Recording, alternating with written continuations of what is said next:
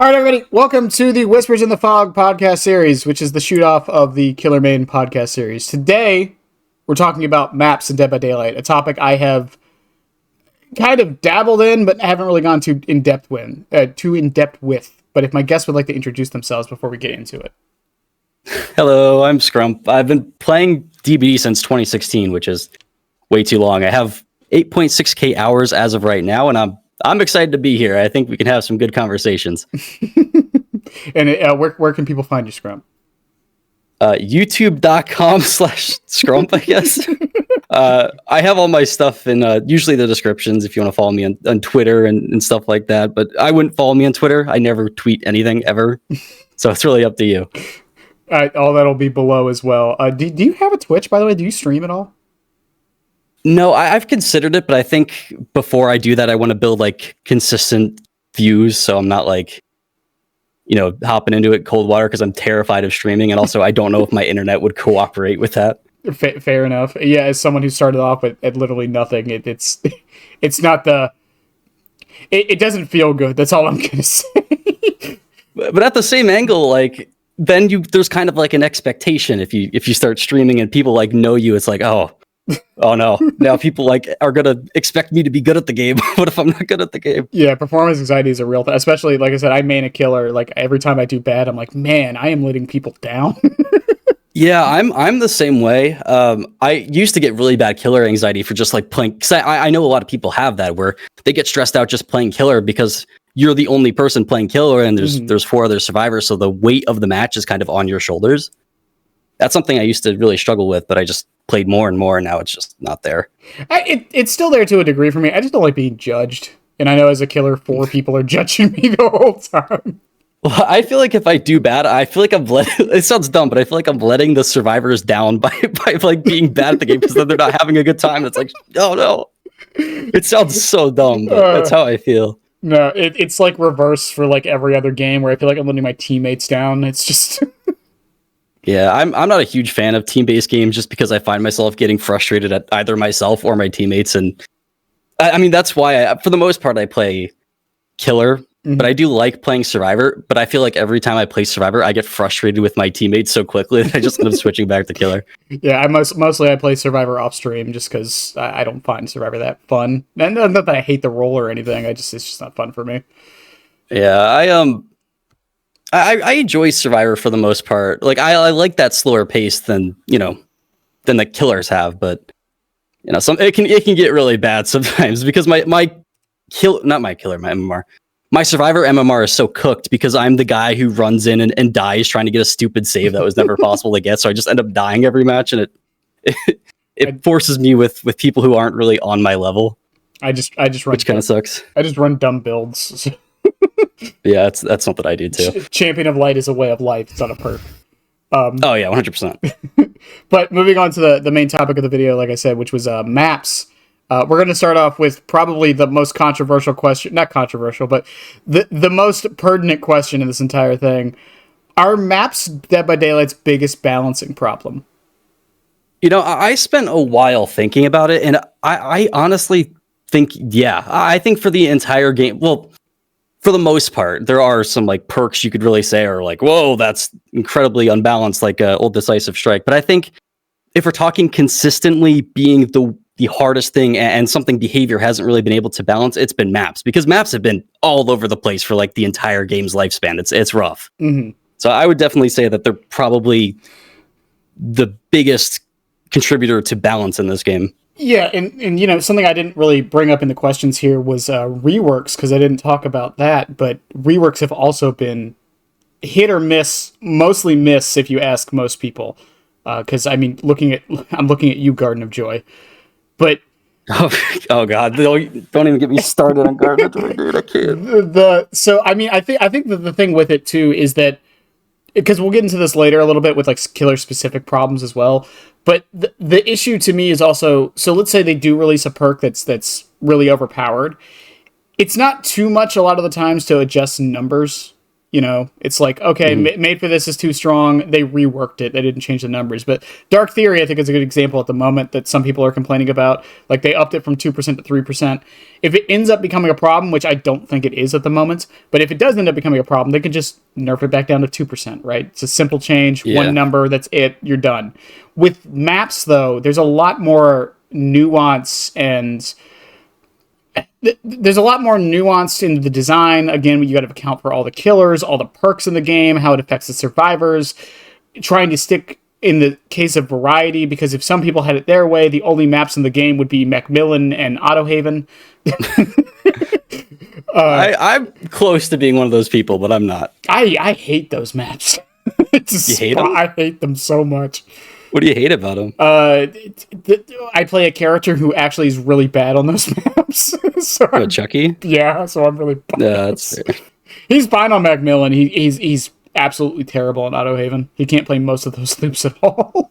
Is it because I don't play a lot of Chucky? I'm assuming it's because of the collision. The collision's kind of... It's the collision and the fact the loops are set up with such short... There's a lot of filler loops on those maps. Yeah, and Chucky, like Blood Lodge is just filler loops. Yeah, and Chucky struggles on filler loops. Yeah, that's fair. Yeah, it's the same. Kaneki's the same way. Mm-hmm. He struggles a lot on filler loops, and because you can't really use your powers on those. Kaneki's a little better because he's 115, but Chucky's 110, so he can't even really mind game them either. So it just, it hurts him a lot. Which, again, this will lead later down the line into like killer specific problems. But like, I feel you're correct though. Dead by Daylight definitely has not figured out like the ideal map set, because Autohaven and Macmillan has been in the game since the beginning. And yeah, with some adjustments, obviously, because of God windows and such. But go ahead. You know what I will say is that the last two maps, Ormond, Lake Mine, and Dead Sands, have been really good. So if they keep going with like that sort of idea, I think they're headed in the right direction. But like then you have maps like the one they added with Vecna. What's that? Forgotten Ruins? Is that what it's called? Forgotten Ruins, yeah, with the tellies.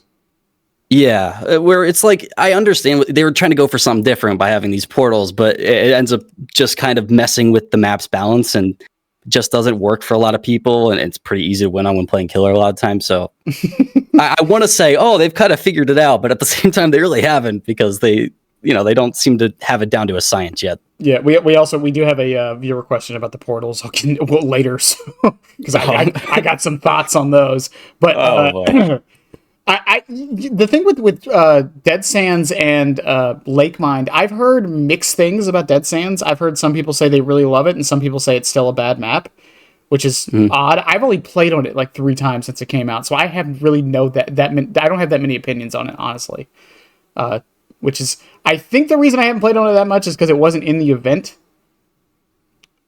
Right. Yeah, I don't think it was in the Blood Moon event because it was too new. So I was playing that for most of the time. So I guess I kind of missed that window when they kind of make the new map spawn more often. And then, I do think it... Go ahead, sorry. No, I was just going to say, and then Lake Mine, like, I love Lake Mine personally. The aesthetic is great. It looks gorgeous in I know it's a weird thing to like praise about it, but it looks so good in post, I swear. I mean, for a lot of people, that's a really important thing. Like, people care a lot about the aesthetic sometimes. Like, you get to these like jaded YouTubers and streamers who have been playing and they really don't care how the map looks. But for like newer players, like that's their first impression, is how the map looks. So for some people, that's really important.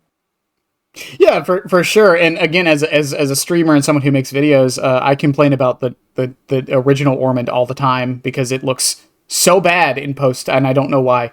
I think it's the wind. I think it's the wind effects. But Lake Mine looks great. It's just I don't know how they optimized it so well, but it's so good. And it's got that really nice like blue tint to it, and it's a very nice map. Yeah, and the little touches, like the elevator going down, the underground section, which isn't used that often, but it's still interesting to have. And I think...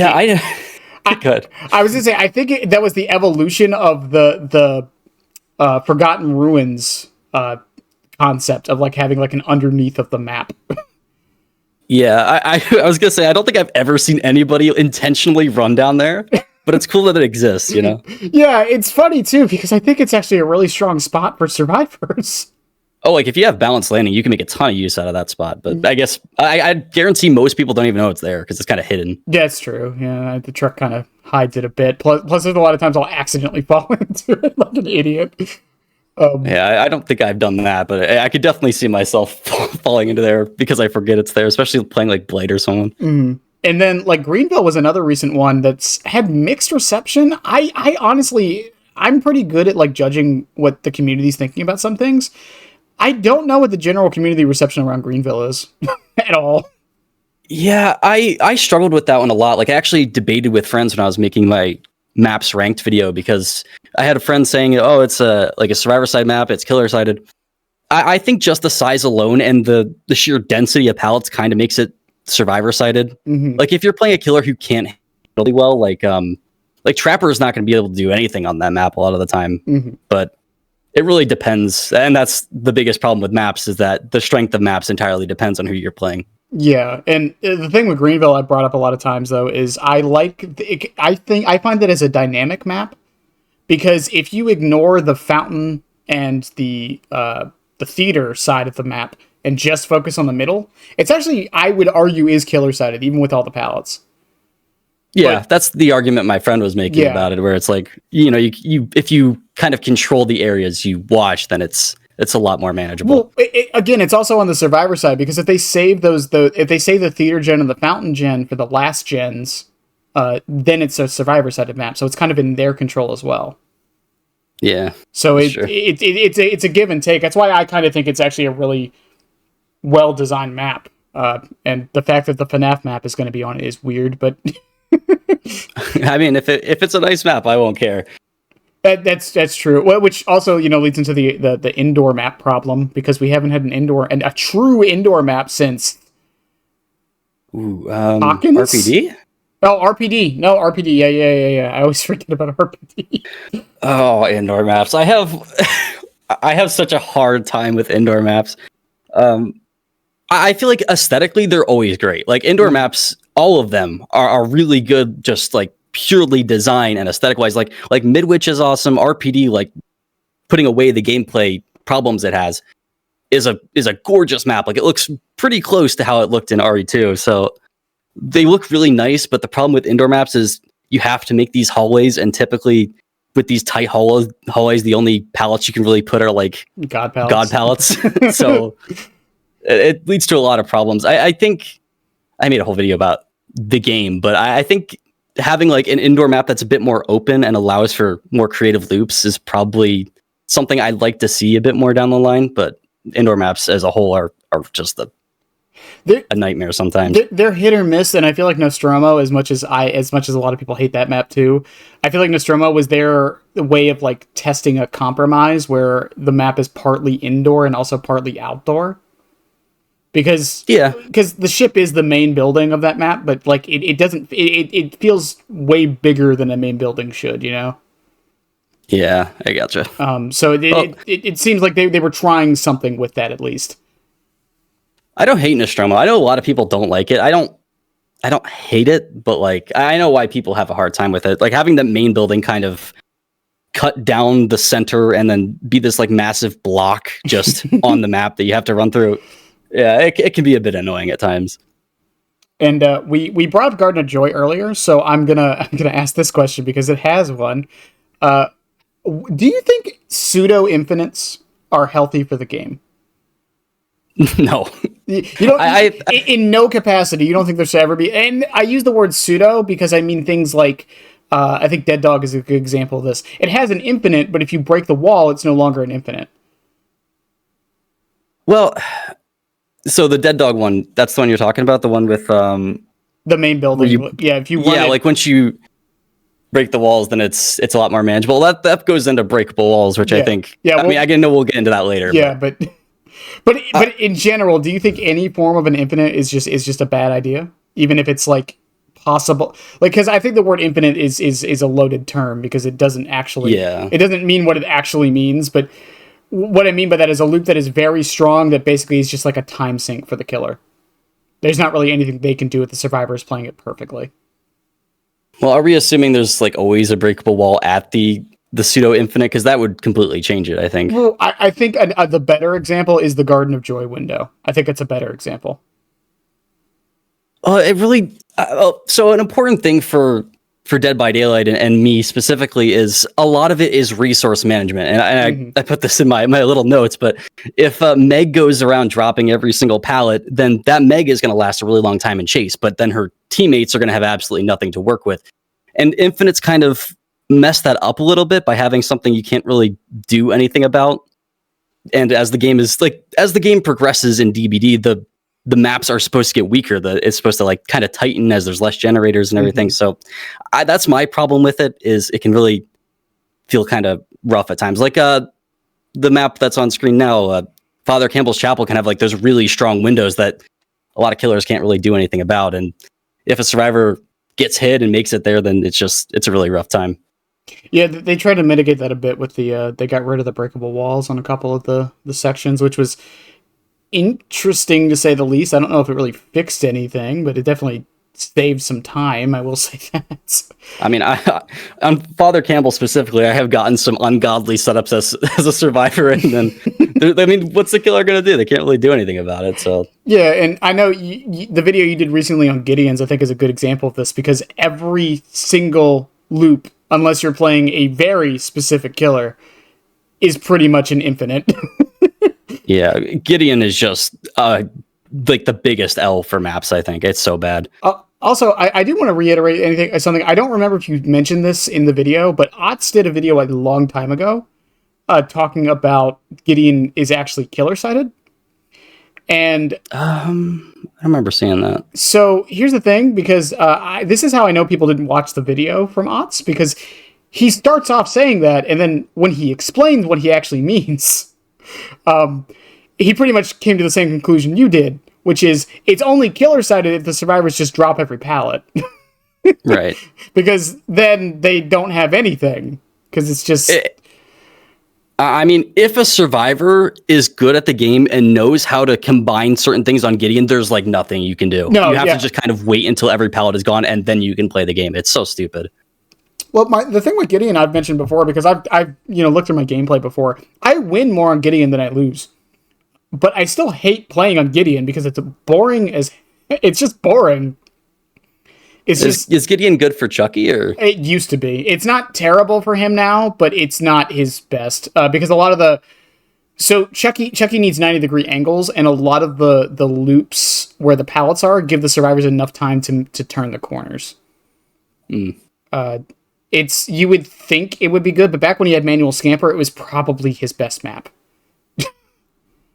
Yeah, I could definitely see that. Yeah, like bar none, his best map when he had manual. That's why Gideon is so good for... Sorry, good. I was going to say, that's not me advocating for manual scamper to come back, by the way. Sorry. I was going to say, that's why Koniki is actually pretty good on Gideon, because you can just vault that pallet and then recover in 2 seconds and hit whoever it was. I forgot. Yeah, that's right. Any killer who doesn't give a shit about God pallets does really well. Like Vecna, you can just use Mage Hand. Vecna's like a bit of a different example because you have a cooldown on that, but using Mage Hand to like lift up the pallet can be really strong on that map. And then you have like Bubba who just shreds through every pallet, and that makes it easy for him sometimes. Well, but it really does depend on how good the survivors are and how well they know how to play it. Yeah, and when I say Chucky's not good on that map, it's not all of the loops. It's just, ironically, the ones that killers probably struggle on the most, like the God palette before the freezer. You know what I'm talking about? Yeah. That one, like he's actually really strong on pallets like that, because he can, if they just tuck around the corner, you can just look down and then do a 90-degree turn immediately and hit them. If they keep running, you can just catch up to them and hit them. It's the ones like. It's the ones like the one that's on screen now. He can't really do anything here because the loop is so short that he can't make the turn before then. It's why it's a struggle for him. I gotcha. So he just has to break that pallet, and he's already slow enough. Yeah, Gideon's just... It's so weird because it has like so many unique problems for every single killer, and it's just... even if I'm Survivor and I see Gideon, I'm just like, oh no. I just don't want to play. It's the quickest way for my game to accidentally crash is if you use a Gideon offering. For some reason, my game just can't. My Dead by Daylight copy can't handle it. It just shuts off. I don't know what the deal is. It just can't, unless I'm playing nerds. Yeah, it's so bizarre. As soon as I see one of those offerings, I'm like, okay, someone's bringing some shit. I'm gonna have to deal with this. It's so, like, again, it's so odd, and we were talking about the survivor side of this too, and it's not as common, but there are killer-sided problems with this as well. Like I mentioned earlier with the filler loops on like Macmillan and such, right? Most killers can deal with that pretty fine. There's just a couple select ones that struggle with them more than others, but like Haddonfield is probably, I know some people would say Midwich, but I think Haddonfield's actually more killer-sided than Midwich. Yeah, and I'd agree with that. And the reason being is just because there's so many dead zones and there's not that many pallets on it. There's like 2 strong loops on that entire map. When they reworked Haddonfield, like it was like, oh, the windows are the strong part, and then there's not a lot else to work with. But then they removed the windows, didn't give anything else on the map, or didn't give the map any more pallets. So now it's just like a lot of it's just a big dead zone, and you can't do a lot about it. And again, like that's also a problem on that side because and I'll probably get into this a little later, but I've gone on record saying I do think maps need to be slightly, that's the key word in that sentence, slightly survivor-sided. Because that is because in my opinion that's what they have to work with. Right? I'm not saying like Garden of Joy levels of survivor-sided. I'm saying like I don't know, I guess Dead Sands is survivor-sided, technically speaking, because of all the pallets and how the loops are set up. Yeah, or like kind of like Wrecker's Yard, where it does lean a bit more towards survivor. Yeah, but because there's so much to work with. Yeah, but the killer can still play around it, right? Right. Yeah. Or like a lot of the Cold One maps, with the exception of Cowtree. Yeah, in the video I'm making right now, that's going to go up tomorrow. I'm talking about like killer disparity and why that leads to so many problems. And one of those things is like, behavior keeps adding these maps that have like a ton of pallets, and some killers deal with that like really well, like Nemesis or again like Bubba and killers like that who don't really care. It's fine and it's a lot of fun because the survivor feels like they're constantly doing stuff and the killer feels like they're constantly doing stuff. But like if you're playing some of the older killers like Trapper or Myers, it's just a nightmare. I mean, that's just power creep in general. I mean, that's something, or actually, I phrase it as feature creep, not power creep necessarily. Because power creep would imply that the character is more powerful, which is true, but it's more so they just have more options, not necessarily that they're more powerful. And if that's the angle behavior wants to take, I'm fine with that. I think that's a fun way to take the game where it's like nonstop action. I think that's great, but if they're not going to like buff every single killer to do that, then it's going to lead to a lot of issues. And this kind of leads into the next question, which is something we've been alluding to a little bit, and that is, do you think that some killers having maps that they thrive on, which the example I posted was Ghostface on Larry's, because that's the common one that everyone brings up. Do you think that's a good thing? I don't really know. A lot of it is like just that's what happens when you have maps that are like very variable and different. Like not every map is going to be Coal Tower, like some maps are just going to be differently designed and that's going to benefit certain killers more than others. I don't think it's necessarily a bad thing. I think that's just the product of how DBD is designed. So it's kind of just a natural progression of the game they've made. So I don't think it's necessarily like a bad thing. Do you play Overwatch at all? I used to play a bit of it. I don't play it anymore. So I'm gonna make some people mad with this analogy. Widowmaker. Widowmaker is the sniper character of that game, and when Overwatch 2 was first released, and not first released, it was a few months after when a couple other maps came out, it was criticized that she was too good for the game because she could, instantly kill half the roster. But what a lot of people pointed out was it's not that Widowmaker was necessarily any better than she was, or like a problem. It was that the maps that they were releasing were giving her more sight lines, so she pseudo became better. And I feel like that's kind of a little bit of the opposite of what's happening now. Is how do I want to word this? They're designing maps around some of the more powerful killers because they have to now, and as a result, it's hurting the lower end and killers like Ghostface. Because I hear Huntress players all the time complain that there's too much like random junk on the map for them, right? Right. But the reason there's that random junk on the map is for killers like Ghostface, for killers like Chucky. It's so they have stuff to hide behind. And it's like, good. I was going to say, it just leads to a problem that I don't know what the actual solution is unless the map seed is determined when the killer is in. Yeah, it's just the power disparity thing where there's just some killers who are going to handle certain situations better than others. And the only way, like, maybe they could, depending on how strong the killer is, change the amount of pallets that spawn. But, behavior's not going to do that. So I don't know. It's a tough conversation. Even if they did, by that logic, if we look at the stats, Freddy should have 1 million pallets on every map. Right. So, just for his dream pallets. Yeah. Well, no, not even just that. Like, his kill rate, like, on Nightlight and from behaviors on stats, his kill rate is the highest in the game. Yeah, I still don't get why that is. I guess because he's probably good against new players, maybe? It's a lot of reasons. I think it's because he's good against new players, but I also think...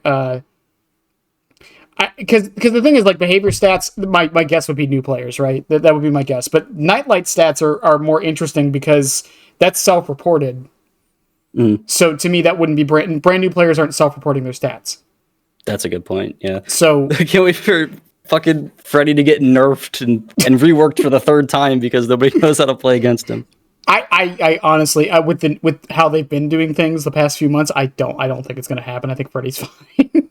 I think he needs a couple add-on changes, and I think he's good. I just hope they don't do the stat thing like they did all the time back in the day with Pig, where it's like, well, Pig's kill rate is really high, so clearly she needs some nerfs. Well, I think because of her bear traps. Yeah, I think the problem is, like, again, with stuff like that, because we just saw this with Babysitter, I feel. Because a lot of people were asking, why was Babysitter buffed? And my response is, because it was one of the lowest pick rate perks in the game. And I know people don't like that answer, but it's the only reason I can think of.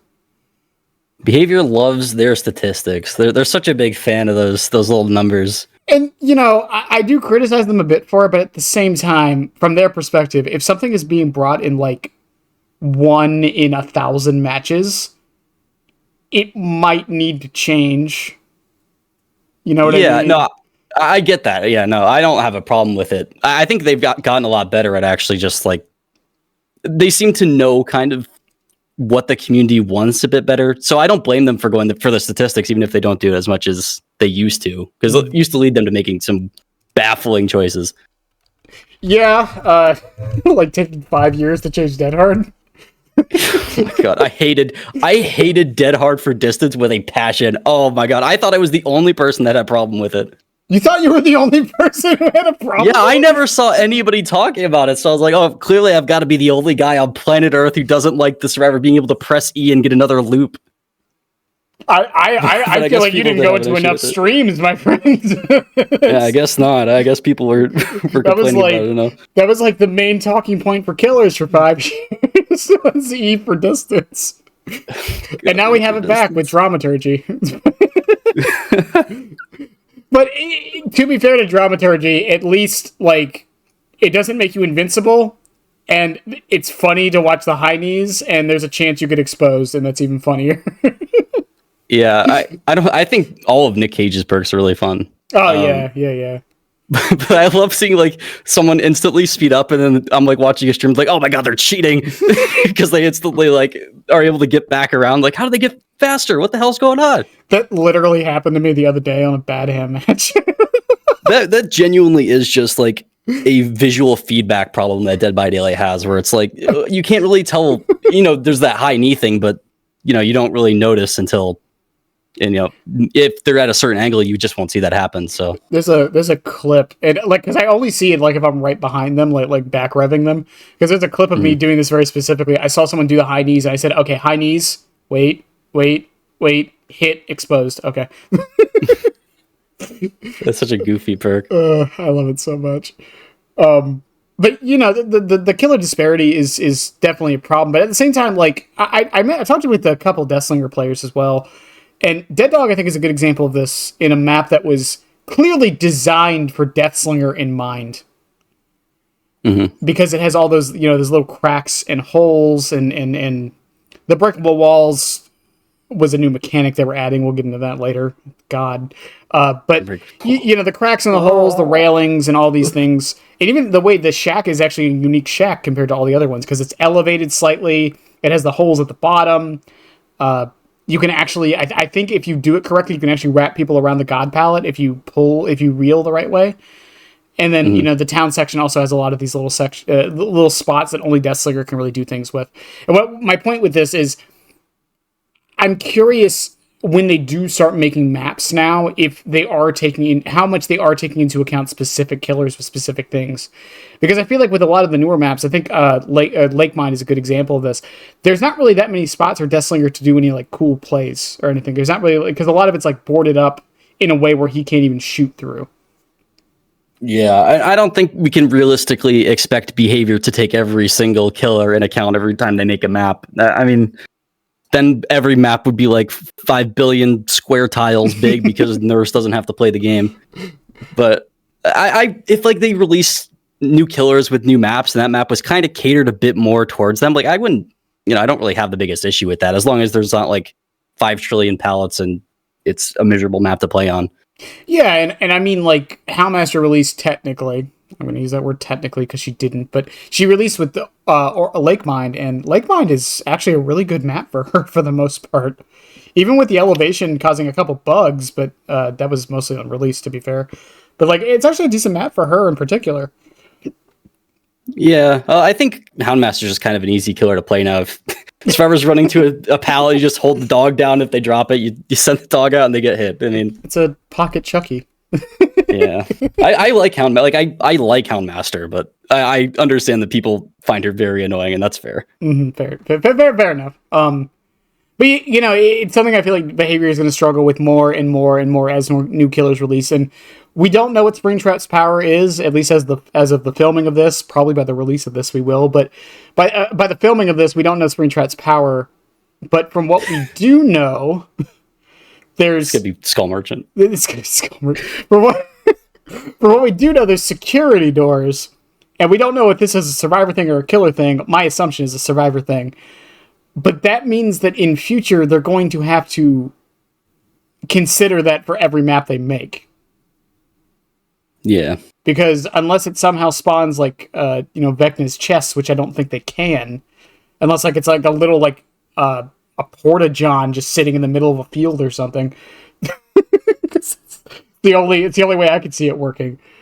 But I mean, go ahead. I assume it'll probably be like the little vents on the Stroma where it just slows down the killer for a little bit. I don't hate that. I think it makes the maps a bit more interesting to play on when there's like different sorts of things you can use on them. Like we'll talk about the portals. I mean, that's a whole different thing, but yeah. And we won't go into Springtrap's power too much here, at least speculation or anything. What I will say is the way they worded it, saying that it's going to be more of a survivor sided thing and not survivor sided. What they said was the gameplay for Springtrap will be more on the survivor's end than Springtrap's, which is really interesting because we don't have a killer like that, honestly. Like the counterplay specifically for Springtrap is... the way they worded it was, and I'm going to paraphrase this, was Springtrap's power will be determined by the survivors. Huh. And I don't remember hearing them say that. That was in... That's really cool, though. I believe that was in King's interview. I could be wrong on that, but... Yeah, so the way that's telling me is that Springtrap's probably going to have like a really, really strong power that he doesn't have too much control over, and the survivors are going to have control over it. Well, that would explain why they're being kind of wishy-washy about telling us what it is yet. Well, if it's going to be something that completely changes, Yeah, well, they also... how powers work. Because they were basically saying that it's going to be a survivor-sided experience, the FNAF chapter. Which is... That could mean a lot of things. Exactly. But that's interesting because like a lot of people are complaining that there's no survivor. But if his power is like really engaging on the survivor side, then that might make up for that. Maybe it'll fix killer queue times. We'll have to see. Nothing will fix that. I mean, people have been complaining that the newer killers aren't very like interactive, especially with Kaneki. So I mean, I'm very open to that. That could be a lot of fun. Yeah, it's interesting. Also, I'm watching this gameplay of like old maps. Oh my god. Yeah, I know they're really bad. Oh my god. Why are there both pallets? What? I don't know. I'm so glad that that's not a thing anymore. Like, I went in with a couple friends to record old DBD footage for my videos, so I have like every single game saved so I can use it whenever I'm talking about old Dead by Daylight. It's just so funny to compare what the game is like now. Like nothing in old Dead by Daylight is fun to use. Billy couldn't even curve in this version. It's so stupid. And the survivor just teleported in front of the pallet. They didn't even vacuum. They literally teleported in front of the pallets. It's so stupid. God, Oh my but God. it was better. It was better. Yeah, surely. Just because the map was slightly darker, it's a better game. Oh my god. I miss old Dead by Daylight. I didn't start playing. I didn't start playing till Nemesis came out, so I wasn't even around for it. But watching footage just it makes me visibly cringe. Like I'm just how it was a completely different game. Luckily, I really only played Dead by Daylight casually until like 2019, and that's where I really started getting into the community and stuff like that. Mm. But I sort of like I picked the game up a month after it came out because I was just really into horror games. And at that point, it was a horror game. It's not like now where it's a more of like a multiplayer kind of competitive experience. I you know, I remember my first reaction to Myers. I was like playing very early in the morning before school. I just saw him watching me from a distance and I like screamed because I didn't know that they added him. I still remember my first match of Dead by Daylight. I bought Pig because I'm a shill. I bought Pig for my first match of Dead by Daylight. I crouched because I saw it was an ability you could use, and I didn't even chase anybody. I just went around kicking gens for like 20 minutes. Hey, that's what most people do, so you're fine. Felt so bad. Looking back at it, I have no idea why I thought that's what I was supposed to be doing. I'll tell that to the large majority of people who play Killer. Yeah, fair enough. Yeah, and then I bought Pyramid Head because I like Silent Hill, and I was like, "Oh, this is cool." And then I realized that the trails don't really do anything. Pyramid Head is he's interesting. I love his tank controls. Well, he actually brings in a segue to the next question, which is similar to the Pseudo-infinites, but God pallets. That's the question. Just God pallets. How do you feel about them? Boring. And that's as far as they go because they keep adding killers who can deal with them a lot better. Like we talked about Vecna, who has Mage Hand for that sort of thing. Like on the game where there's like 5 God pallets for some reason. Or Kaneki, who just vaults over it and recovers in 2 seconds and then can hit you before you can get anywhere. Or like killers who shred through pallets and don't care. But there are a lot of killers who can't do anything about God pallets. And the gameplay idea is just when the killer is close enough, drop it, and that's as interesting as it gets. So I think they're just overall really boring. I do think they have a place. I think again, as with most things, in moderation, they're fine. I think like I think every map having like one God palette, which to be fair for most maps is the shack, but for every map having like one God palette or that one loop that's like really strong and the killer kind of has to just not necessarily accept it, because with the God palette thing it's like, okay, they drop the God palette, they kick it, and now they don't have the God palette anymore, right? At least there's an end to it, right? Right. I have a problem with it on the game because there are so many, but if there was one on the game, like I wouldn't be complaining about it. It's whatever. Yeah. Once it's gone, it's gone. Yeah, and again, like a lot of newer killers have definitely ways to circumvent them. Dracula can Hellfire over them or just bat form through it if they keep holding W. Pyramid Head is another good example. He can just like shoot over it if he aims correctly. Nemesis can just break it super fast. Houndmaster can just send Snug over the pallet, zone the survivor, and then kick it while they're zoned. Meanwhile, Trapper. Yeah, Chucky can just put a trap at it, I guess. Yeah, put a trap at it, and then watch as they somehow walk around it. Oh my god. I play so much Trapper, and that's such a painful thing. Like, oh, I thought I set it up perfectly, and then they just like squeeze right by it. I'm glad I spent the time setting that up. It's so stupid. I was watching a friend play Trapper on, I think it was Auto Haven, and they put a trap in the shack doorway. right outside the shack doorway. And that's how, in my mind, I'm like, oh, they're going to walk around that. 2 minutes later, Survivor goes to shack. They're like, oh, they're going to hit the trap at least. Nope. They just walk right around it. Yeah, it's all too common. Meanwhile, Trapper can't walk around it. Yeah. He's too big. Oh, man. For Trapper. I could talk about Trapper for hours. I feel so bad for Trapper. I feel bad because there's not really much they can do. Yeah. They can help him, but it's not going to do anything. They have to... I mean, they've done a good job. Like, they've buffed some stuff that's really nice for him. Like, he's a lot better to play, but unless they completely rework him, he's always going to kind of be in that spot of just not being a super strong killer. Yeah, he's a trap killer. By definition, a trap killer relies on the enemy making mistakes. That's just every video game in existence with trap characters, right? Yeah. But Trapper doesn't really have anything else, unlike a lot of other trap characters in video games. Yeah, that's why I think it's so interesting that people, like... I don't think I've ever seen the community divided on something as much as they are for how strong Hag is. Yeah. People argue about that all the time. It's I call it the... I call it I don't have a word for it, but it's the trifecta. It's Artist, Dredge, and Hag. They're the three. For not being able to know how strong they are for the community. Yeah, it's always those three. Because I feel like Dredge, Hag, and Artist are all three the most overrated and underrated killers at the exact same time. Yeah, Artist is really strong. She is, but a lot of people have pointed out that over time, even though she hasn't gotten any changes, the game around her has changed in a way where she's not as good as she was. Yeah, like the new maps where they have like a ton of pallets, then she's not as effective. Yeah, and it's weird too because it's like,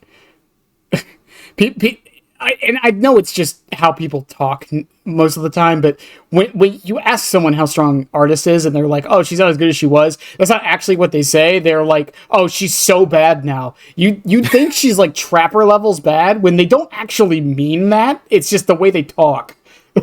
Yeah, well, people love talking in hyperbole.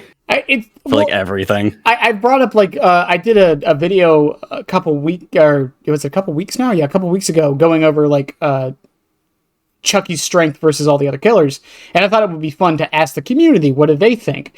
And the Wesker question was the one that got brought up that started the whole thing, asking if Wesker was stronger than Chucky or if Chucky was stronger than Wesker.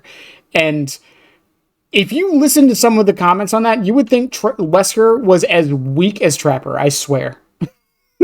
Wesker's pretty good. I mean, he's definitely gotten a bit power crept over time, but he's still a solid killer. Like I'm never like, oh, I'm going against a Wesker. Well, it's always a good time. Yeah. No, I agree. Like he's still good. It's just how people talk.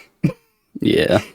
It's just like, oh, he's not as good as he was, so he's actually the worst character in the game now. Rewind to the first week they added him where that's all anybody was playing. We did rewind to that with Kaneki. It was just a different thing. Oh yeah. It was anime Wesker. We're still in that era. Everybody is still playing Kaneki. It's funny. I brought up that thing with Springtrap, and I'm curious if that's going to lead to the same problem or not.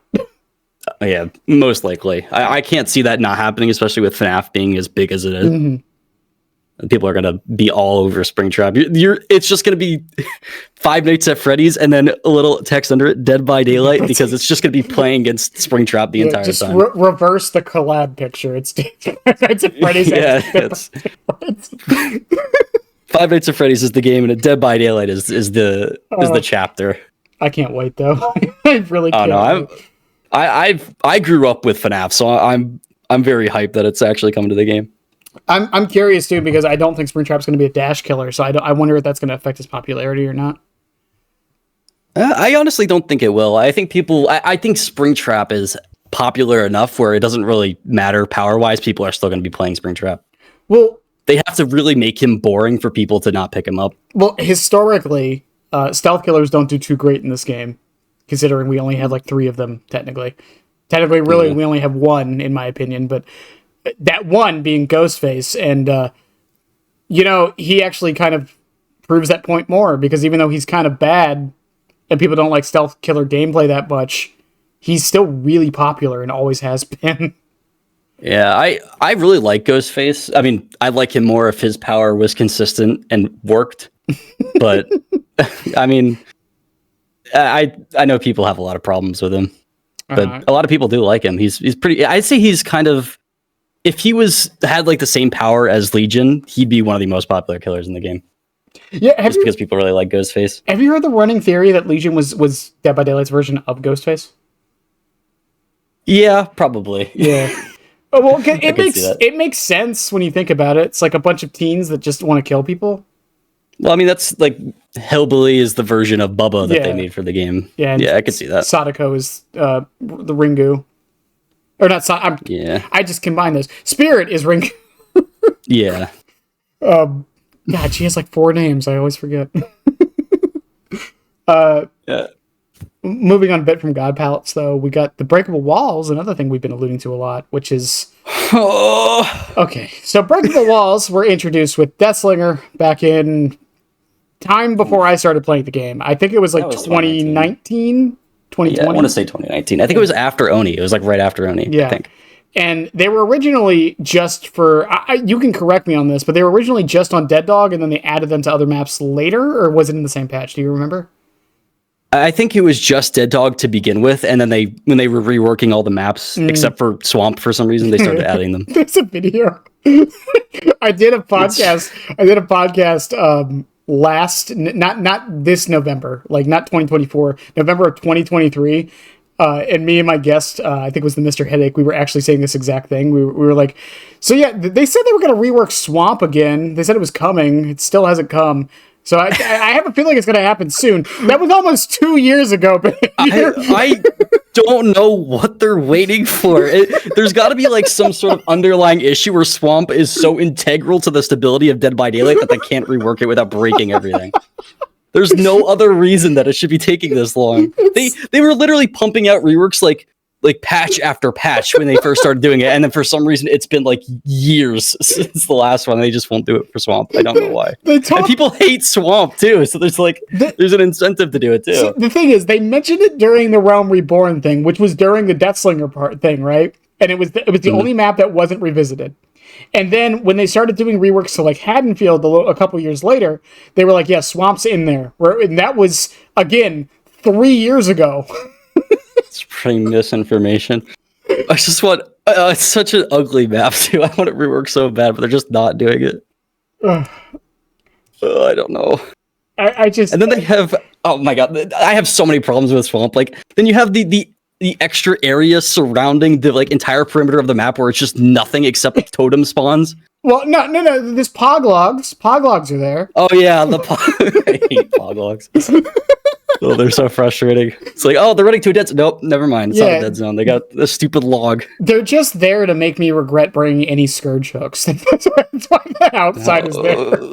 I don't know why they won't rework it, please. I didn't even think about it. Is Swamp in the 2v8 rotation? No, I don't think so. Why? It's perfect for it. What? When the map first came out, it was massive too, so they could just make it what it was before. I never thought about that. Why is Swamp not in 2v8? It makes so much sense to have it. Maybe they just forgot that Swamp is a realm. That's the only logical explanation for them pretending it's not here. There's a dusty sticky note on someone's desk. It just says rework Swamp. It's been there for 5 years. They just haven't done anything about it. It's... Oh my god, it looks so bad. I know I don't talk about aesthetics that much, but it looks so bad. It's just gray. That's all it is. It's big gray. That's the map. Oh my god. I'm glad they actually put a door next to that ungodly window in Grim Pantry, because that went for a long time just being terrible. You were around for old Haddonfield, right? Oh yeah. Yeah, remember when they boarded that before? It's funny that they reworked it right after this. Remember when they finally boarded up the window outside of the basement? Oh yeah. Yeah, and everyone was like, the map's perfect now. Reworked Doesn't need any changes. And then they reworked it like a week later. It's like, why did you even bother? Old Haddonfield with old balanced it made the game almost unplayable. It was so bad. It was so weird to think about this while I was like watching some old footage I had. Pinhead was around for old Haddonfield. That is crazy, actually. That is like insane. And before they added Hawkins back, I had old footage of me playing Pinhead on Hawkins, and I was like, this is surreal to think this was in the game at the same time. Yeah, even as like not good as Haddonfield still is, I'm just glad it's not old Haddonfield because that map was awful. Yeah, now I don't think anybody liked that map. Yeah, now we have Badham taking its place. I'm just glad they removed the variants of Badham because I tested it and I can't get anything other than Badham 1, so I'm just assuming they're gone. Listen. Okay, as much as I hate it, I do like that I had the running joke of I actually like Badham 4. Why were there 5 versions of it? It increased the chances of getting Badham so much. I don't know why they're like, oh, this map's gonna have 5 different variations. Because, I don't know. I don't even have a joke. I don't know. So bad. But breakable walls. Like we're talking about. Oh yeah, that's what we were. That was the point. Well, Yeah, I mean, Badham brings up the point of breakable walls because it's actually an interesting case of most of them you don't want to break. Yeah. Which is an interesting design philosophy for breakable walls. The thing with breakable walls is a lot of them, not all of them because there are exceptions, but a lot of them kind of act like, I don't want to say God pallets because that's the wrong word, but they act, like I said earlier, they kind of create pseudo-infinites in a lot of places they are until you break the wall. Yeah. So I was going to say they're just like pre-drop pallets that make loops stronger until you break them. Exactly. Except survivors can't bolt them, obviously. Yeah, or interact with them in any way for some reason. I still don't understand. There's not any perks that have anything to do. Yeah, I mean, I don't think behavior has... Wait, let's see. There was Dead Sands, Ormond Lake Mine, which had 1. Ormond Lake Mine has 1, I think. Yeah, 2. And then the newest map has 2? Yeah, they're both in the main building, though. And I remember the one that's near that strong window that you break. Where's the other one? But that's the thing with those two. You don't even have to break either of them. The other one's on the other side of the main building by the it's under the catwalk. Yeah. I'm trying to think of. Oh, I think I know which one you're talking about. Okay, yeah, I gotcha. And then Dead Sands, Dead Sands doesn't have any. No, Dead Sands doesn't have any, as far as I know. I could be wrong, but it's a shack-centric map, so it doesn't really. I don't think there's anywhere to put one. And thank God. There's so my idea for breakable walls was to make them sort of like how pallets that are dropped work with low pro, where some power abilities go through them, which would be like really cool for you could hit a hatchet through a breakable wall and hit a survivor, which I think would be a fun way of doing them. Anything more than what they're doing now, which is just nothing. But I don't know the logic behind that. I just think it'd be fun. I do think I think what we just said though, I think they are learning their lesson a bit. Maybe too hard because ironically, Garden of Joy could definitely use a breakable wall by that window in the kitchen. Oh yeah, for sure. If it had that, I think Garden of Joy immediately stop. I mean, it'd still be a bad map, but it'd still it'd be tolerable. It would improve it. Yeah. But breakable walls were a solution to a problem that they made themselves. That they could have just fixed the problem. Yeah, I imagine it's weird for new players too. Let's say a new player gets Glenvale and they're like, wow, there's these walls around that I can break. That's really cool. I can't wait to see where they are on other maps. And then there's just barely any, except for the occasional one in main buildings, which when broken just make them very weak. So I feel like they could do a lot more with them, especially for maps that people have a lot of issues with, but they just don't seem to have any interest in expanding them or making them more interesting or giving them more interesting interactions with different killers. They pulled up a Pokemon company where they added the feature. They tried it out for a little bit, and then they just forgot about it. even though it could have been expanded on in some way, because Dead Dog I think is a good example of. I like the shack wall, the breakable wall in the shack. I really like. I think that's a cool idea, and I wish more shacks would have something like that. I remember when I think it was the PTB for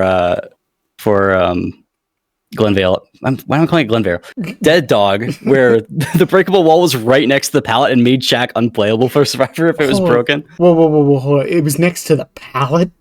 Yeah, it was right next to it. So if you broke the breakable wall, you could just walk around Shack pallet and hit the survivor. It was so dumb. That sounds amazing. It was so stupid.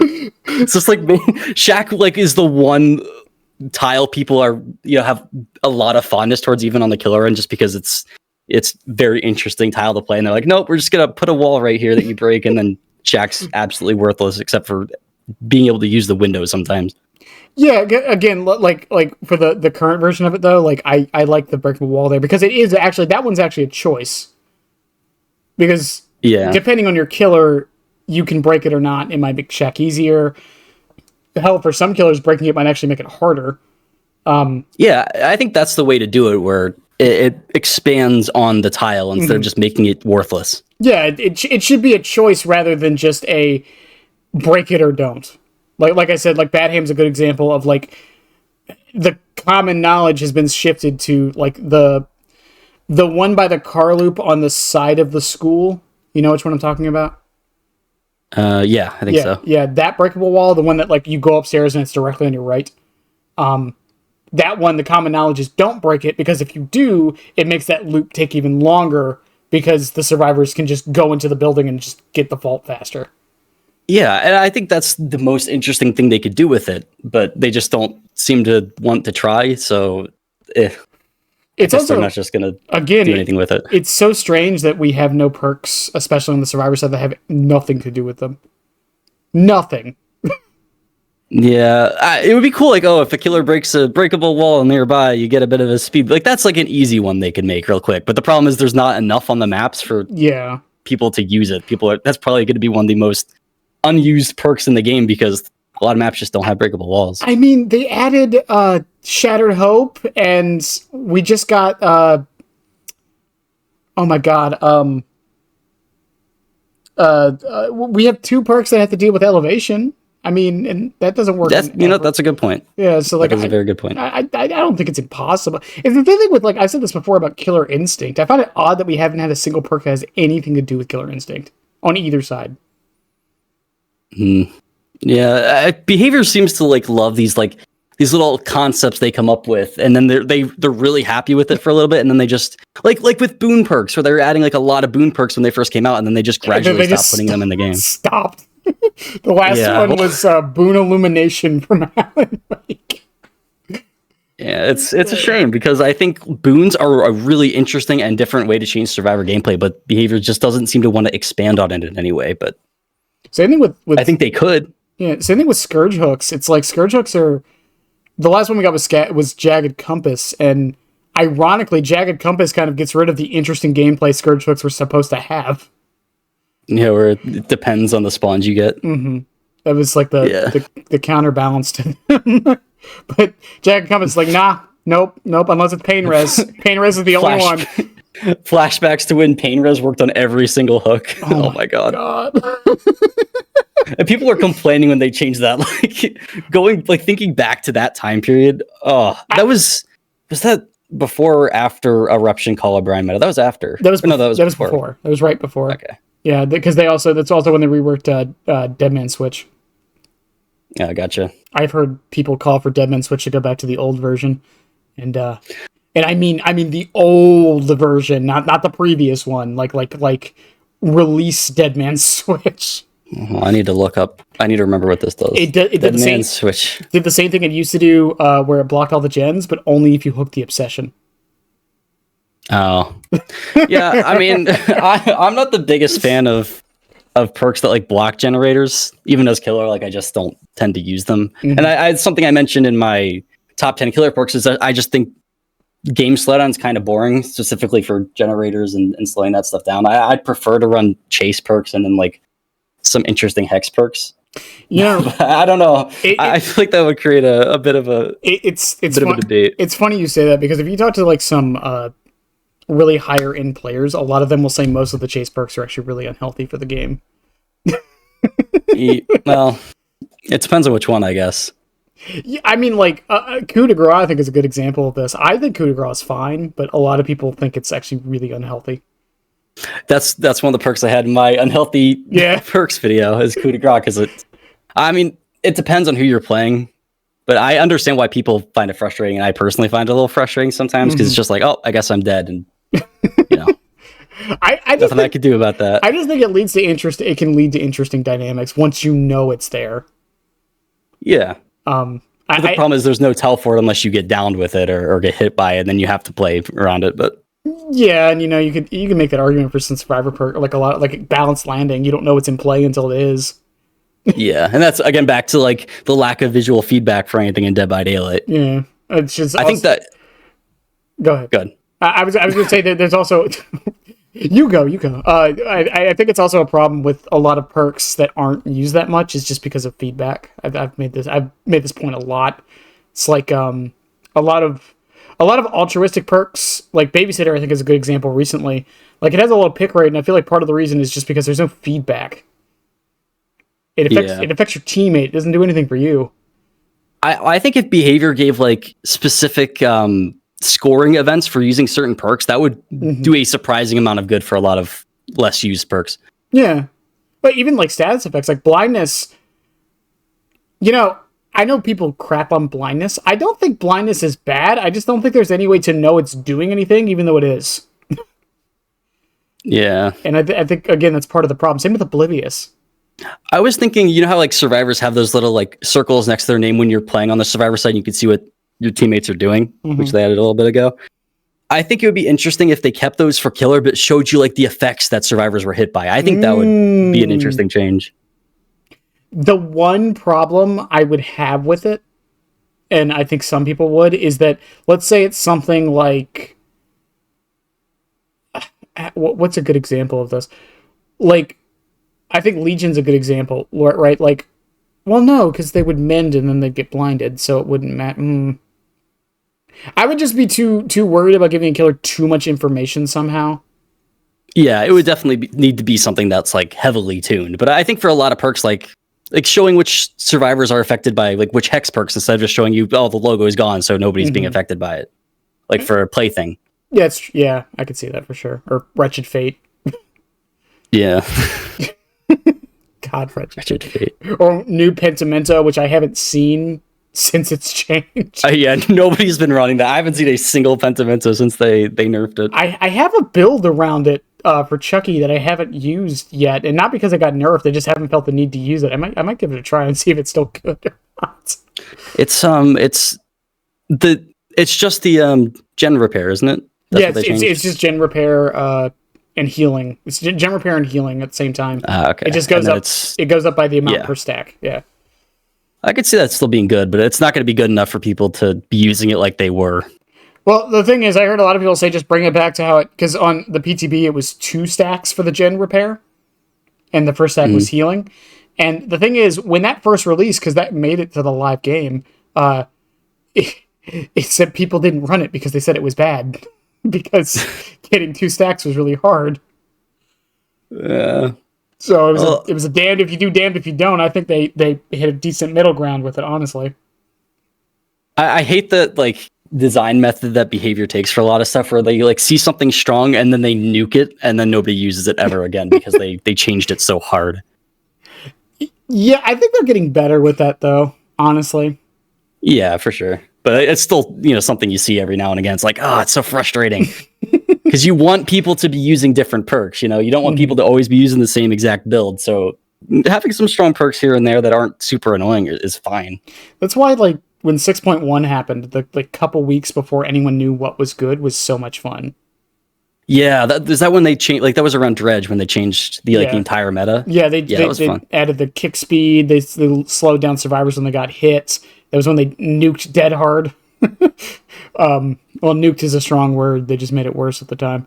But I remember all the controversy around New Dead Hard, because then people realized how it was actually really good, and then they kept using it. And it returned, and then people stopped using it after it got nerfed. Anything that gives you practically invincibility for even a half second is going to be good. Yeah, there's no getting around that. I don't care how like restrictive it is. It was especially mean against killers who have to telegraph their attacks a lot. Mm-hmm. Like, I'm sure against Chucky, sorry about my mic. Like, I'm sure against Chucky, it's pretty annoying. Ironically, the nerf that happened to him, where they lowered the speed, made it more tolerable. Oh, because you can well, that's good. you can actually fake it now.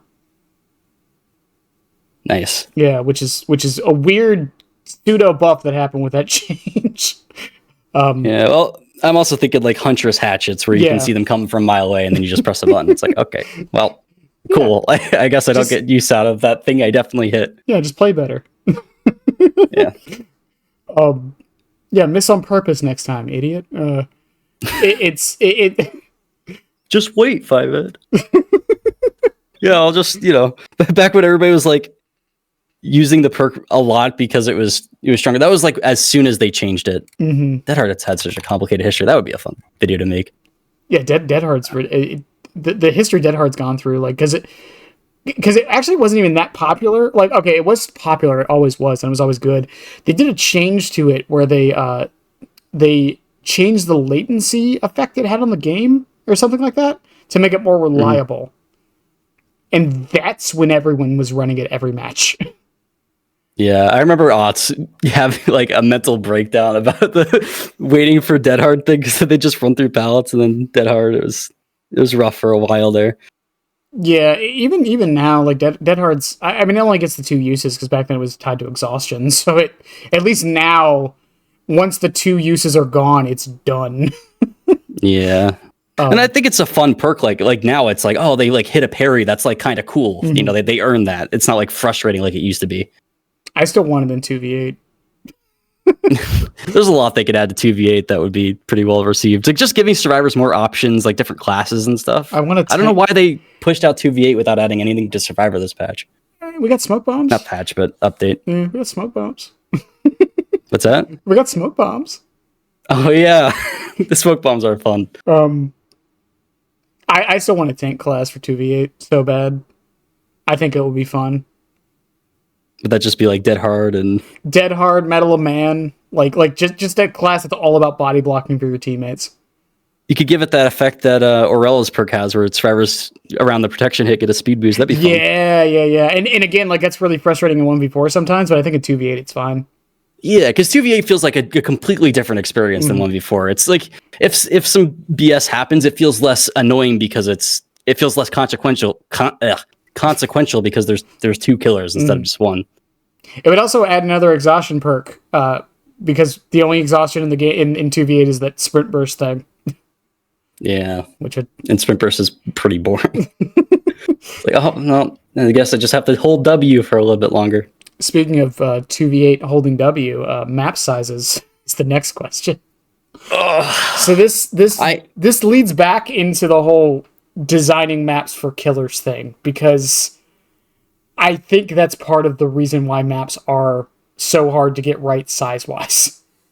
But, some killers just don't care about map size, and then but then there are some killers who really do, so it's tough. I personally, if it was up to me, I would have every map be around like 130 to 145 square tiles, like that around like whole tower size or being like a bit bigger than that, and then balance the game around that. Because I mean, I don't think anybody really likes large maps because it's just more downtime. It's not like it changes the gameplay or makes it more interesting. Well, on top of that, it's like most killers on larger maps will just kind of cut the map in half anyways. Right, and it promotes 3-genning. Yeah. It's just like it leads to so many problems, and I think if they balance the game around having smaller maps, then it would do a surprising amount of good for it. Is it Autohaven or Macmillan? Which map is it that like automatically 3-gens you pretty much? That's Azerov's. Is it Azerov's? Yeah. It's like that map is like, I think, a golden example of that. That map's huge. The basic I was like game plan, shocked at the size of that. Yeah, the basic game plan is just don't go to the other side. It's so stupid. It's just like it's set up with that in mind, because you have like this thin gap, and if you're smart about where you pressure, then it's pretty easy to win. But if you don't play with that in mind, it's really hard to win as killer because the map is so big and has a lot of pallets that are connected to each other. Yeah, and again, it's like I said earlier with Greenville, that was the one thing I kind of like about that map is the dynamism of it starts off as a really large map, but if they do the fountain gen, that entire side, that pretty much that part of the map is cut off. right? The killer Yeah. never has to go over there. If they do the theater gen, that part of the map is cut off as well. And I for a lot of other maps though, that's not really the case. It's more in the killer's hands to start the 3-gen process. Yeah. Like, I never go into matches looking for a 3-gen, so I usually win on Azur, or not win. I usually lose on Azeroth because I just refuse to play like that. I think it's boring. So it does depend on who I'm playing, but I find myself just getting frustrated on those maps because I don't play like with that in mind. Yeah, and also like square tiles don't even tell you the full story, because some maps are like, I think Midwich is a good example of this, because Midwich you technically have to double the square tiles because it's 2 floors. Yeah. And then you also have to take into account killers that can't get to the second floor that fast.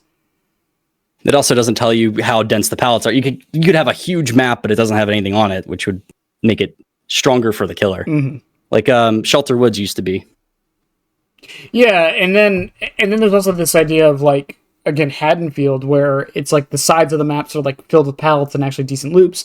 But then once those pallets are gone, and then there's only really the middle to play with, there's like nothing. Yeah. Because that map's not that small, is it? Is Haddonfield that small? Haddonfield is... I could check, actually. I had it open. Let me take a look-see. I've looked at these pages so much. Let's see. Haddonfield is... Oh, it's Coal Tower size, 132. I don't know if that's bigger. No, that's like around the standard. If anything, it's a little small. Yeah, and then Larry's is actually on the screen now with at 99 or 98, which sounds small. But then you have all these hallways and walls, so it's like hard to navigate. Yeah, and like 4 god pallets and windows that most killers can't do anything against.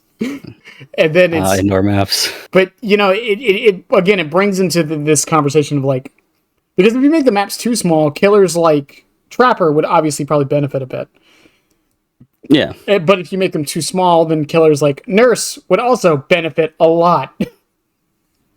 Yeah, that's another part, is like, let's say, like, take Trapper, who, would benefit from smaller maps, but if the maps have a ton of pallets, they'll see, oh, this tile is looped, let me just run over to the other one. Yeah, and so Trapper just can't stop getting the short end of the stick. Poor guy. Well, because it also brings it to, like we said earlier, it's like the size matters as much as the condensity of the map as well. Because like RPD, as much as I hate it, now I actually used to love that map, but as much as I hate that map, ever since I cut it in half, the pallets are pretty well spread out, honestly. Yeah, ever since they made those changes where they split it in 2, it's less frustrating. I'm still never like, oh yeah, RPD, let's go. But like, it's less annoying, I guess. Unless I'm playing Freddy. Freddy's really good on RPD.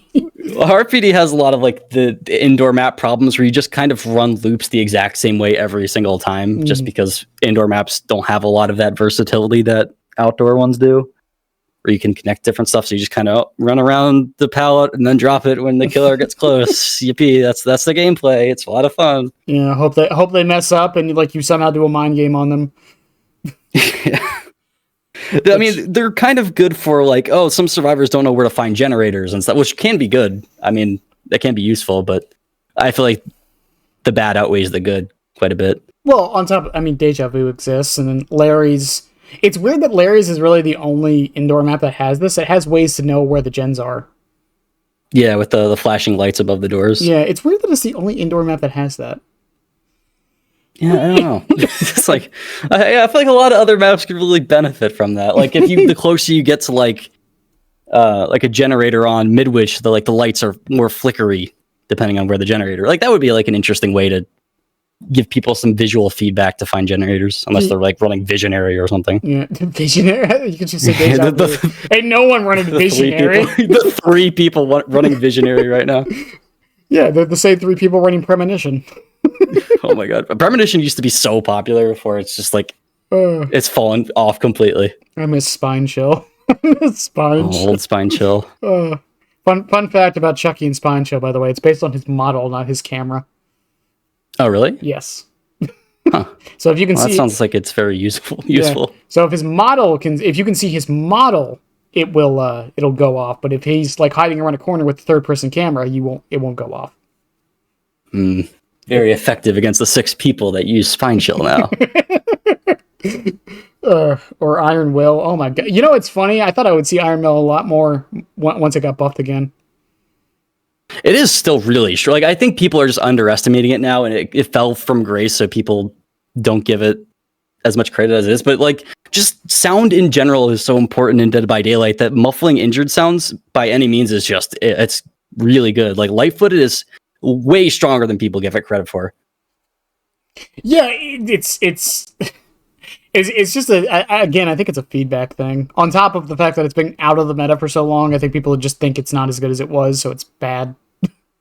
Yeah, it's just DBD stuff. I don't think it's a DBD thing. I think it's just gaming. You see this in a lot of games where something will get nerfed, but not really, and people will just say it's bad now. Yeah. People have a very like black and white sort of view of strength and a lot of stuff. Mm-hmm. But yeah, like I think also behavior is getting better with map sizes though, because I mean, Lake Mine and Dead Sands are good examples of maps that I think are perfectly sized. Right, yeah, like around there. If every map was that size, this game would be like, I think, in a much better spot. Well, the thing with Lake Mine too, because I've heard some people say it's killer sided, which I don't fully agree with. I just don't think survivors know how to play it yet, because I've had survivors fucking destroy me on Lake Mine, because they knew exactly how to run the pallets and they would go to main building a lot. That main building is strong. Yeah, people very much underestimate how good Lake Mine can be. Yeah, Dead Sands is a little different, but I think it makes up for it for the survivor side because of how many pallets there are. Yeah, Dead Sands is pretty dense, which I mean makes sense. It was released from Konami.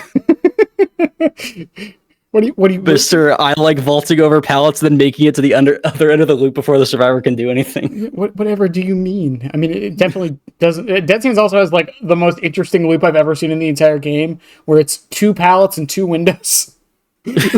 I mean, those are kind of fun. Like, maybe it's just fun for the novelty of there aren't a lot of tiles like it. Mm-hmm. But I mean, someone had a question about the double pallet. We'll get into that one later. I just love that there's 2 pallets and 2 windows in the same loop. That's just hilarious. It's very goofy looking. Yeah. It's on Windows of opportunity, just complete yellow on your screen. It's in like the very like far corner too, so like no one ever goes over to it. It's just kind of there. Yeah, man. Moving on a bit though is do you think Dead by Daylight has too many maps, too little maps, or do you think there's just enough? I think now that they're walking back the variants, I think that it's like they could use some more. I think having like certain maps for I bumped my mic again. I need to stop doing that. More maps is never really going to be a bad thing unless they're badly designed, because you want every game of DBD to feel different. Like that's kind of the point. So having a ton of different maps with like different aesthetics is I don't see how that could be a bad thing. How many are we at now? Do you know? We're at a lot. Yeah, because that's the thing. Like, I think I'm not saying don't add more maps, but like, I think we do have enough to the point to where I don't know why people would complain we don't have enough. We have. Let me see how accurate this is. Does it have Dead Sands on here? I need to check. It doesn't have Dead Sands on here. So right now, I think there, unless this is wrong, 60 maps in the game, which is way more than I thought. 60 maps. That sounds so wrong. Is that true? There's more maps than survivors. Oh, it includes variations of the same map, so that's not accurate. Okay. Because that sounds wrong. That sounded wrong. Okay, so immediately take out 5 because of bad hams. Yeah. Well, I think they're all just gone, aren't they? Yeah. No. Yeah. Every variant's gone. Yeah. I think that's a good thing. I mean, I like the idea of it, but like, that makes the map so much harder to balance because there's a lot more work to do. So I think that's positive. I think they've taken the variant idea and done something more interesting with it, which was the realm idea, which they did with Greenville and Garden of Joy. Mm-hmm. And they're doing, I assume, I don't know how exactly it's going to work, but they're also doing with Greenville and the FNAF pizzeria, and they did it. They did it with Dead Sands with the area. We're gonna get into map offerings here in a minute. Have you noticed that you haven't seen that many area offerings lately? Actually, yeah, I have noticed that. Yeah, I wonder if it's because Dead Sands is now part of that pool. Maybe. Since they would Garden of Joy, the moment Greenville dropped, I stopped seeing Garden of Joy offerings. Even Ormond, like I don't see Ormond offerings nearly as much as I used to ever since Lakemon got added. Yeah, I had such a hard time just like finding games on Lakemon because I really wanted to play on the map because I really like it, but I like never get it. Mm-hmm. Whenever someone uses an offering, usually it's, I know we're not getting into that yet, but it's like, it's usually like a Midwich offering, RPD offering, game off, like the maps that really, you know what you're going into. Yeah. And again, I think behavior, I mean, we could talk about map offerings right now. It's fine. But I think behavior is kind of sledgehammering map offerings a lot, which is a good thing. I think it's a good thing. The only argument I've ever heard that's good for map offerings is achievements. And there's a simple solution to that, and that's change the achievements. Oh, I hated that one achievement that's like escape from RPD 20 times. What maniac designed that? Making me bring RPD offerings like 20 games in a row? No, thank you. I'm not doing that. I have been playing video games a lot for my life, and I will just say this. Multiplayer achievements are some of the dumbest things we've ever invented as a human race. I will die on this hill. Multiplayer achievements are some of the dumbest things ever invented. What do you mean I have to get a triple kill with like a Spartan laser in like one life while on top of a building? Like what? Because it entirely depends. Like for single player achievements, it makes sense because you're like the only thing in control of that. But like when you have to rely on other players doing very specific things, then it's just like, I forget what the achievement was. It was the one where you have to repair a generator and exit through the power gates, the exit gates, while being the only person alive. Mm-hmm. Like, I got that achievement because I got lucky that the Huntress that I played against let me live and let me do the final gen. But like, who's going out of their way to do that? That's insane to ask of someone. It's even like the new one that dropped with Kaneki, the flashlight hit one. Mm-hmm. Yeah, it's like hit a survivor. I think it's hit a survivor 20 times after being blinded by a flashlight within 5 seconds. Yeah, let me see. Well, what's my progress for that? I got it randomly. I wasn't even trying to get it, but it's like that requires one. I'm playing a killer that can get that hit. 2, the survivor brings a flashlight, and 3, they blind me at a pallet. Like or like the one they added with Aurel, where it's take 10 protection hits during the endgame collapse. Like. I mean, luckily it's only 10 and it's not some insane number. Okay, it's still within 30 seconds, according to my chat. Also, chat brought up Doom Eternal. Doom Eternal is a good example of this because no one plays the multiplayer mode. Yeah, and there's achievements. Yeah, there's achievements tied to it. How are you supposed to? Yeah, I think that's dumb because like people like I do this with some games I really like where I want to get every achievement because it's it's an important game to me or whatever. But there's like multiplayer achievements I just don't try because I know I'm not going to get them all. So I'm like, okay. Especially when it's a dead game that doesn't have a player base at all. It also sucks when like there's like something tied to it. Yeah. Yeah, like Team Fortress 2 has a bunch of these weird ones, but again, it's a full multiplayer game at least. And a lot of the achievements are like stuff you would just naturally get. It's not like too some of them are really specific, but like not too many of them are. Looking at you, fucking medic achievement that requires me to get triple kill with a bone saw. As the play Team Fortress 2 enough to know the terror of that. So medic, think of Mercy, but she can't really do damage. Like she doesn't even have a pistol. Yeah, I only ever play like TF2 or games like that when I'm playing with friends. Oh, fair enough. Usually, like Dead by Daylight is really. I have a hard time with picking games. Like I have to hard focus on one game, and then like maybe I'll be playing another game on the side. So like Dead by Daylight is my multiplayer game. Like I'm not like maybe I'll hop on Marvel Rivals if my friends are playing, but that's as far as I won't like be consistently playing it. Yeah, and even Marvel Rivals, like the achievements in that game, with like one exception, which is Captain America's. My friend spent. He has the most playtime on. He hates playing Captain America. He wanted to get every achievement though. He has the most playtime on Captain America just because of how hard his achievement was to get. Oh no, that sucks. It's like get a triple kill in his ultimate, which doesn't give you a damage boost or anything. It just speeds you up. Like one angle I get, like, oh, it can be like fun to incentivize people to try like different things and different characters, but like I think it's more frustrating than it needs to be. Well, I think Dead by Daylight also has the problem of it doesn't even really do that because you don't really get anything for it. Yeah. Like, and there's a simple solution to this behavior. Just make it a charm. The artwork's already there. just make it a charm. That's like 6 years of work for behavior. They're not doing that. Did you know that Chucky has artwork of him underneath a pallet, like peeking at the survivors? Huh? Where? It's the artwork for his Scamper achievement. Huh. Yeah. I didn't know they put like. Why do they put so much effort into like certain things? You're on my stream right now, right? Yeah. Yeah. If you look at like the redeem currency, it's that image. I call them Scamper coins because of that.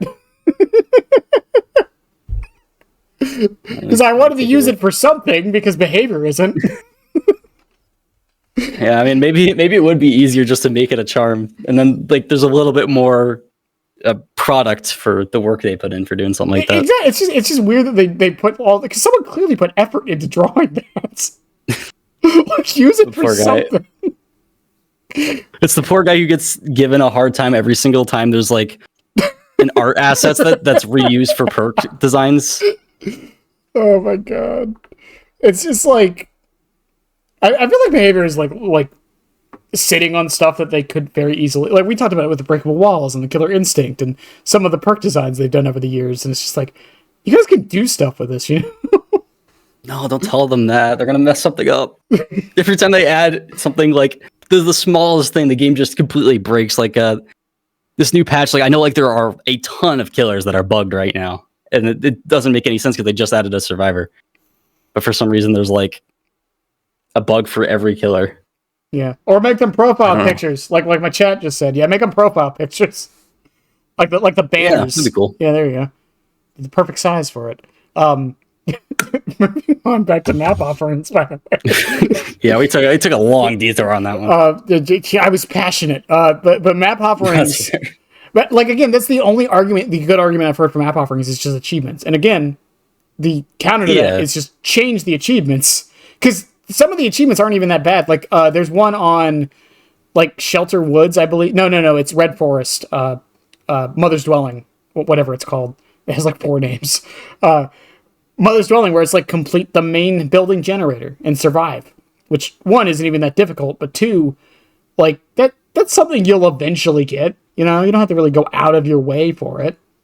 Mm-hmm. And I think achievements like that are fine, but like escaping RPD 25 times, that God, that might be pushing it a bit. that should be like classified as torture. Is it a reference? Is it a reference to something? Is that what it is? It better be. That's the only logic I have. It has to be a reference to something, because why 20? No other achievement like this. We spent all this time modeling this map for you guys. You better play on it. It's like, go ahead. I was like, it wasn't Resident Evil's 25th anniversary, was it? Oh, maybe. Maybe that's that could be a reason, but like even that's not enough to justify putting people through that. Come on. It's not even like do gens or like open it's escape. You have to escape. You have to escape. You have to be the one that opens the gate. So like you'll be sandbagging your teammates, like, give me the exit gate. I need it. It's oh my god. But yeah, back to like the map offerings. I talked before about like RNG is such a big feature in DBD, and a lot of balance sort of relies on RNG. So being able to manipulate a factor as big as what map you get is that's just too much, I think. Yeah, for sure. And also, Chet pointed out it's 20, not 25. still, like that makes a difference. Uh, but yeah, and It's too much. and the changes they're doing to map offerings now, because the thing is, even if someone brings me to, like, let's say randomly, it never happens, but if it does, let's say a survivor brings a Haddonfield offering, right? Let's say there's that one, like, good guy survivor that does it. I'm still kind of mad. Yeah. Because it's like, you just dictated how the match was going to go because you brought the map offering. It doesn't matter whose side it necessarily is in favor of. Also, in the back, It's so... Go ahead. I have to say, in the back of my mind, I'm also like, what games are you playing? What trickery am I about to go through? Like, it's so hard to resist the urge to tunnel someone that used the map offering. It's so hard. It's like I have to fight every single urge in my body not to just make sure that person dies for sending me to whatever map it is. And the thing is, like they've been the problem for so long, and everyone's expressed this issue, and Behavior, again, has been doing like all of these Band-Aid fixes for it, and it's really frustrating that they just won't, because even the change they're doing now, where they're going down to 20%, whenever that is, supposedly during the FNAF chapter, I'm not sure about that, 100%, but, they're bringing it down to 20%, and they don't stack. Yeah, that fixes the problem, but not really. They're still there. I do like making, like, sack wards a bit easier to get by making them, was it common? Yeah, they're common. They're browns now. Yeah. That's a way to help it, but it's not going to fix it. They just shouldn't be there. It's just not healthy for the game. And again, like I mentioned earlier, the one thing they've been doing that actually was a better solution was just making a different variant of the map. Right. Because, again, I haven't seen a Garden of Joy offering in forever. I haven't seen that many Eerie offerings in a while. I'm trying to think of other Ormans. Again, I see it every now and again. Honestly, the map offering I see the most now is Badham. Yeah. And Badham isn't even that strong anymore just because the variants are gone. Like, what was it? I think it was Badham 3 that had the shack with, like, loops surrounding it. It was that 2? I don't remember. Either way, it's good that they're gone. It's better now. That's the point. And then, like, other than that, then it's just Try Hard Bones, which I also don't like seeing, because even those matches, it's like, those are commonly seen as pretty indifferent on sides, on which side is, like, stronger on those maps, but it's still just frustrating that someone brought me to the map with a game plan in mind. And this goes for killer side too, and I'm not going to be biased with it. If a killer brings a Midwich offering and they're playing, like, Dredge or Nurse, yeah, it's probably going to be a bad time.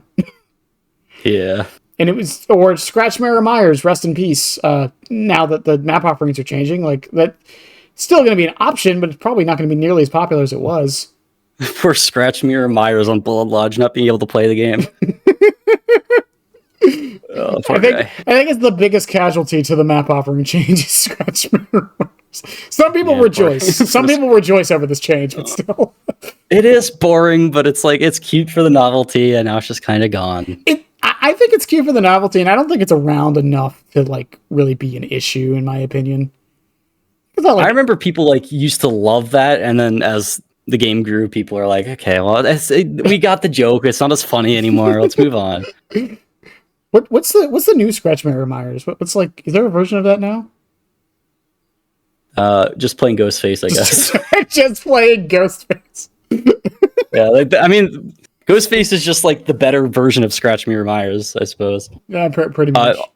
I feel the need to tell you this. It is thundering pretty hard here, so if I randomly disconnect, that's why. I hope it doesn't happen. I'm assuming the storm that hit me is hitting you. I don't know where you live, but I'm assuming it's past north or south, whichever direction it went. Yeah, well, I mean, we'll see. Yeah, I'm just letting you know. If I, like, randomly, all of a sudden he's gone, that's why. Yeah, because I woke up at 8 a.m. on accident because the thunder was so loud. My dog is terrified of thunder, and she's under my desk right now because she's panicking. Yeah, so is my cat. She hates thunder. But no, like the map offering change again. Like, there's been so many solutions people have come up with. Like, just make a ban system instead of a guarantee. I think it leads to other issues, but I think it's better than the current version we have. Yeah, it's a lot less limiting and it makes it so it's like you're not going to the map you want, you're avoiding a map you don't. Yeah, and that's a bit more healthy, I think. It's more reasonable too. It's like it's like in like League of Legends or Overwatch now with the banning system. It's like everyone's got that one thing they want to ban and get rid of for whatever reason it is. Yeah, It's up to me. I'd probably honestly ban Haddonfield because I find it, or no, I'd probably ban Gideon's. To be fair, the more I think about it, yeah, probably just Gideon's. I would probably just delete Gideon's from the game. It would be the same for me every single time. As long as I'm not going to the game, I'm fine.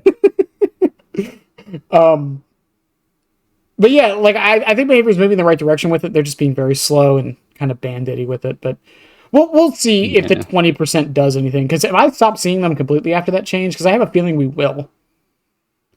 Because people love their consistency, and if it's not consistent, they're not going to use it. Yeah. But at the same time, if someone does bring a map offering for like I don't know, Bad Ham, and it's still 20%, but I still get Bad Ham, I'm still going to be mad. Yeah, it would make me want to tunnel a lot less if it was just avoiding a certain map instead of making sure I don't have a good time by sending me to the game for the 50th match. Speaking of Gideon's, because I think it's an example of this, because it technically has one, but Shack's. So they just released Dead Sands, which was considered by the devs a Shack-centric map. And we've had some interesting Shack designs in the past. Nostromo is a good example of this. Did you know Nostromo has a shack? It's the little ship. Yeah, it's a little ship. It doesn't feel like Shack though. Exactly. Yeah, it doesn't. Even though it's not laid out like Shack at all. But it's the basement can spawn there. It's got a breakable wall. It's got a god pallet. But it leads into the question of Shack being like kind of this integral thing for Dead by Daylight. I feel, and it's very odd when a map doesn't have Shack, because Gideon's is an example of a map without a Shack. Technically. It does have Shack. It's just not. I feel like they kind of try to replace Shack with other tiles on those sorts of maps. Like I would say like the Gideon version of Shack is like the bathroom with those two god pallets. Yes. That's what I'd say their version of Shack is. That doesn't mean it's good. That's just, and then like the Nostromo one where it has the ship, or like I would say Larry's version of Shack is the library, where it has that pallet and then the window. It's pretty much anywhere. It's anywhere that's not like the center of the map that basement can spawn is what they would consider Shack. Yeah. But I mean, do you think Shack is an integral part of the game? Do you think it should be on every map in some way? If they found a way to make it work on indoor maps, I wouldn't have a problem with it. I think it would be like a fun sort of way to give people a bit of like always a tile that you can reliably run efficiently. I wouldn't have a problem with that. Well, I think Shack is like an interesting case of a loop that it has a lot of variety and skill expression with it, even when the pallet's down. Like yeah, it's like right, you could just like bulldoze it, right? You can just chase a survivor down through the window 3 times. They have to drop the pallet, break the pallet, now they leave. But you can also mind game it like 6 different ways on both sides. You can fake the window, you can keep going to the pallet, you can respect the pallet and keep going. The pallet can still get dropped, and there's still a couple things you can do. It's basically a long wall with a pallet and then a couple corners. And because it's a 90-degree angle, a lot of killers can actually use their powers on it in very interesting ways as well. I would argue that Shack is the best designed tile in the game as far as like gameplay goes. I could see that. I don't think I fully agree, but I can definitely see the argument. Yeah, it's like it would be a nice little place of comfort for people, I guess, if they put that on every map. So, well, and I think Dead Sands is also a good example of like why Shack is as good as it is for both sides, because Dead Sands is pretty hard to like determine whether or not it's killer or survivor sided at the moment, and I think part of the reason is because of how central Shack is, and there's no main building. And same thing with Greenville, because Greenville's Shack placement, depending on which way the window is turned, depends on how good that Shack is. Because if it's facing towards the theater, good luck. Yeah, that's a whole nother thing with Shack, is like its strength varies on where the window ends up, and if the window is facing the majority of the map where it like goes out and doesn't face the wall, then the Shack's like exponentially better. Right. And it also has the issue of like certain perks, like life, being more strong depending on where the window is. Yeah. And then there's like maps like Crotus Prin, where for some reason the shack always spawns the same way for whatever reason. I don't understand why. And then you have like Cold Tower, where if the shack is facing the right way, where like it's aiming or the shack window is aiming towards the main building, then you can like combine it with that tile that spawns in the in like the pathway to it, where you just combine that and it's really strong.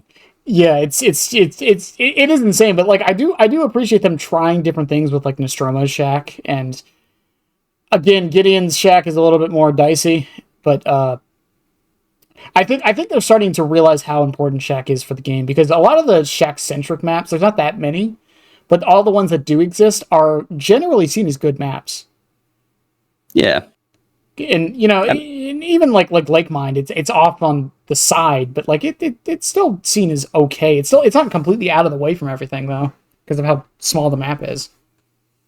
Yeah, I'm very fond of their quote unquote shack centric maps. I think they're all pretty enjoyable. So, well, the ones unless I'm missing one in my mind, then I do.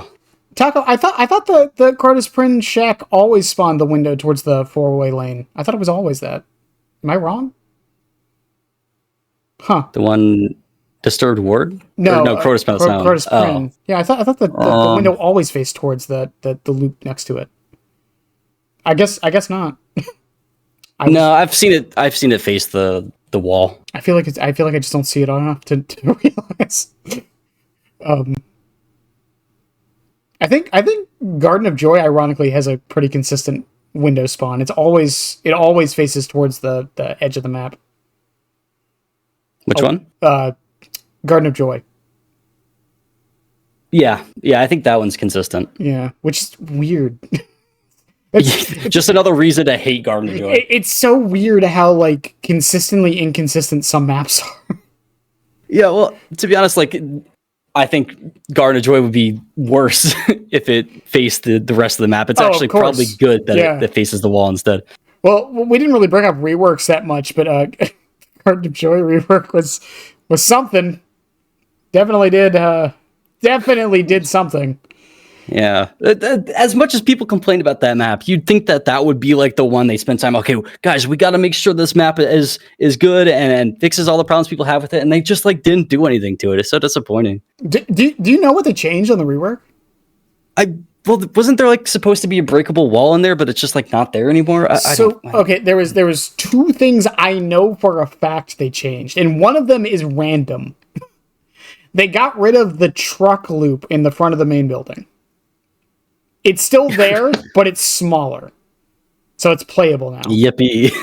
That was one thing they did, I know for sure. The other thing they did, and again, this is random that it happens, the main building God pallet, there is a chance that there is a drop-off behind it.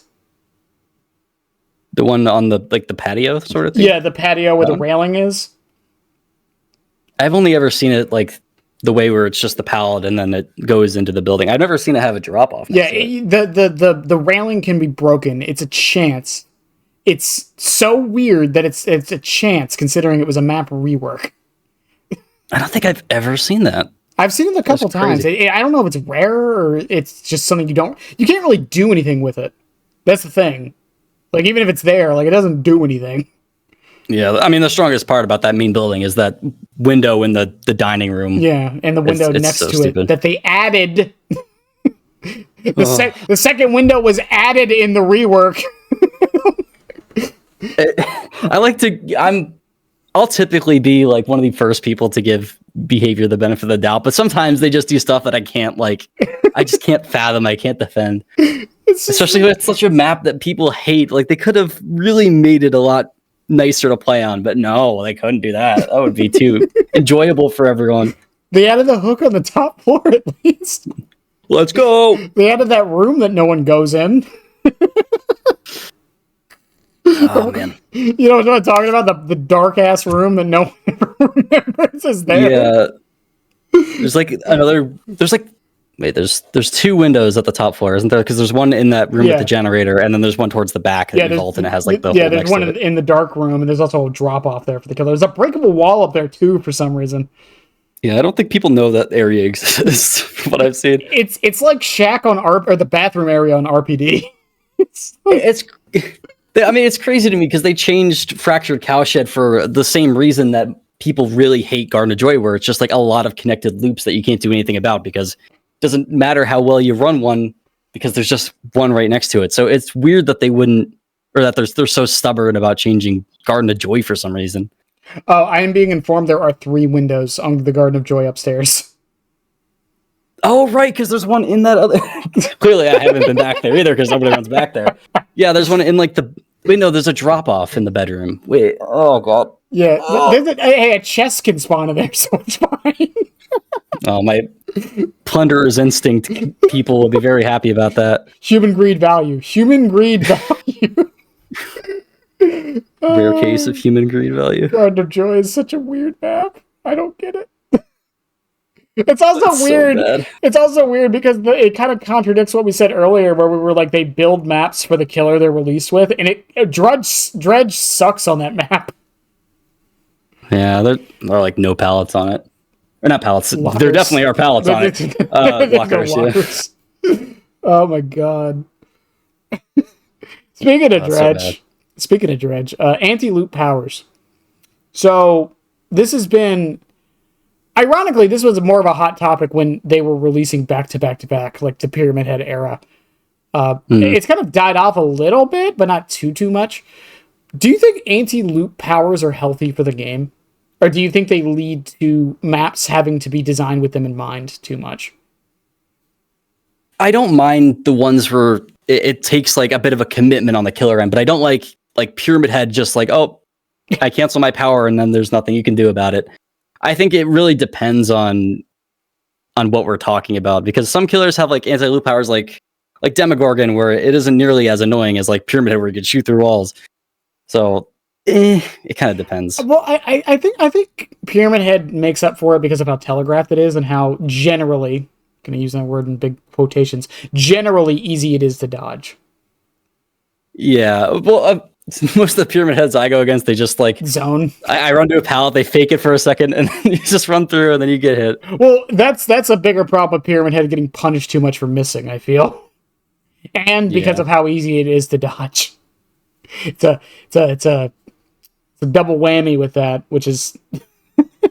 Yeah, Pyramid Head's an interesting boy. Yeah, and then like killers like Chucky, who like completely ignore pallets anyways for the most part, or Wesker, and as of late Kaneki. It's just like it does feel like the more they add these killers that kind of like break the fundamentals of the game, they do have to start designing maps around the idea that they exist, which hurts the lower end side of the killers. Yeah, but at the same time, Nurse has been in the game since pretty much the beginning. Oh, Nurse. It's hard to bring Nurse into any discussions because she just doesn't play the same game. Right, but my point is, like, they haven't really been designing maps with her in mind. I wouldn't. Yeah. At least I wouldn't say they have. Just make the entire map like just a bunch of like junk everywhere, so the Nurse has a hard time. It's just 4 lanes. The whole map is just 4 lanes. Yeah. I mean, how can you really design a map for Nurse who doesn't care about floors, doesn't care about pallets, doesn't care about windows? How do you design anything with Nurse in mind?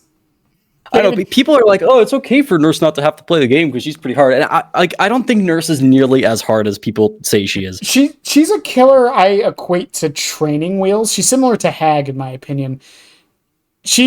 And Hag is kind of this. I mean this in the sense of like, if you don't play them, yeah, they are kind of difficult, and like you don't like really have the muscle memory of what you're supposed to be doing. But once you play like 5 or 6 matches of them in a row, you're pretty much on par. Yeah, I cannot play Nurse because I feel bad for everybody else. Like I don't need to like warm up on Nurse or anything. I just like pick Nurse, and then I feel bad because everybody's dying, and then like nobody's having a good time because the chases are lasting 2 seconds. And the same with Kaneki. Like I think Kaneki is a lot of fun, but because he's so strong. I feel bad playing him. Do you feel the same way about Chucky when he released? Yeah, Chucky, I stopped playing on release because I felt bad. It's just like, oh, you scan for under pallet, the survivor dies. I don't even think he was that strong on release. I think he was more just annoying, if I'm honest with you. Because it was on an 18-second cooldown. That means it takes him 40 seconds to use both to down you. I mean, I would even argue, like, you could probably correct me on this with how much more you play Chucky than me, but the strongest thing about Chucky isn't even that. It's having that third-person camera and being able to look around the sides of loops without showing yourself. I wouldn't say that's the strongest thing about him, but I do think it's something that goes underlooked a lot by the community as far as how strong he can be.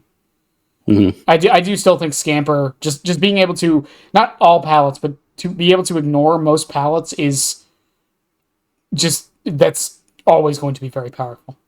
Just always. Yeah. The third person that requires a lot more skill than just looking around the side of a loop and hiding. Just holding your Chuck spots. Yeah, I do like Chucky. I think Chucky's fun. But yeah, it's like anti-loop powers are just, because again, there are levels to it. I mean, technically speaking, like Trapper has an anti-loop power if you want to be pedantic about it. Yeah, it's a bad one, but it's there. Oh, Trapper. He's gotten brought up a lot today. Yeah, I can't help but bring up Trapper because it's just such a interesting, like, I don't know. He demonstrates a lot of the problems Dead by Daylight has. Yeah, he does. It's like a power that's too easily countered, a power that can be taken away, basic M1 gameplay, pallets kind of hurting him, loop design affects him a lot. Like, he's just a perfect catalyst for that. Even Wraith can, like, hit and run at the very least. Trapper can't even do that. Trapper just gets the short end of the stick nonstop.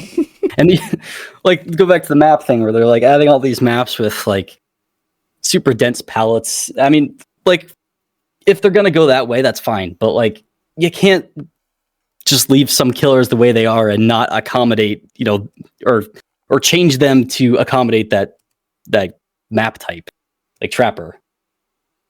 Yeah, and again, it's just it's an interesting struggle that I kind of feel for them on, because a lot of other like multiplayer games where the maps are kind of random or whatever, a lot of killers can be designed with them in mind, or a lot of characters can be designed with the maps in mind. And it's fine for, like, I use Rainbow Six Siege as an option. There's some characters that are only good on certain maps. And that's fine because, again, you know what map you're on before you pick your character. And you can make a strategy around that character. But in Dead by Daylight, you can't really do that unless you bring a map offering, which is a whole different problem. Yeah. Map offerings are so unhealthy because they let you control so much about how a map or a match goes. So it's like, it's just way too much power for one person to have. Yeah. And again, like, it leads to just balancing nightmares for some killers, because I mean, Dredge, I think, is a very good example of this, of a killer that, while I don't fully agree with the argument that he's completely map dependent, I do understand what people mean by it. Because, locker spawns. Same with, to a degree, Huntress and Trickster, because locker spawns can F them over as well at some points. And because, again, it's not even just the loops. It's also, like, just what they're connected to.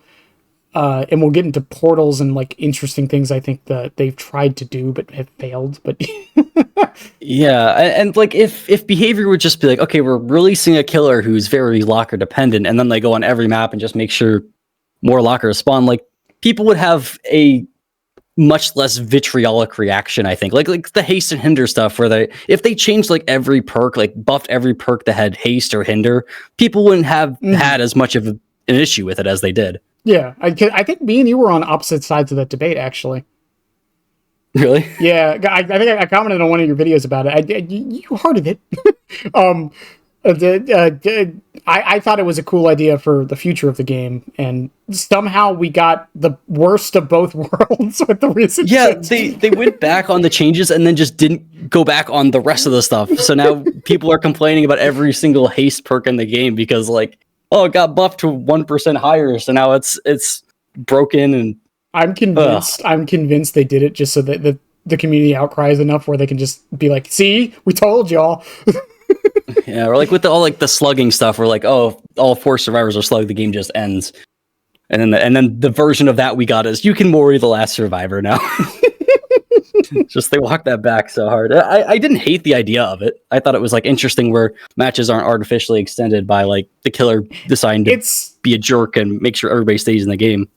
Again, this isn't just a behavior problem. This is like I see this in like a lot of multiplayer games or just games in general, where they'll come up with an idea, it doesn't work, and rather than like try to refine the idea, they just trash it.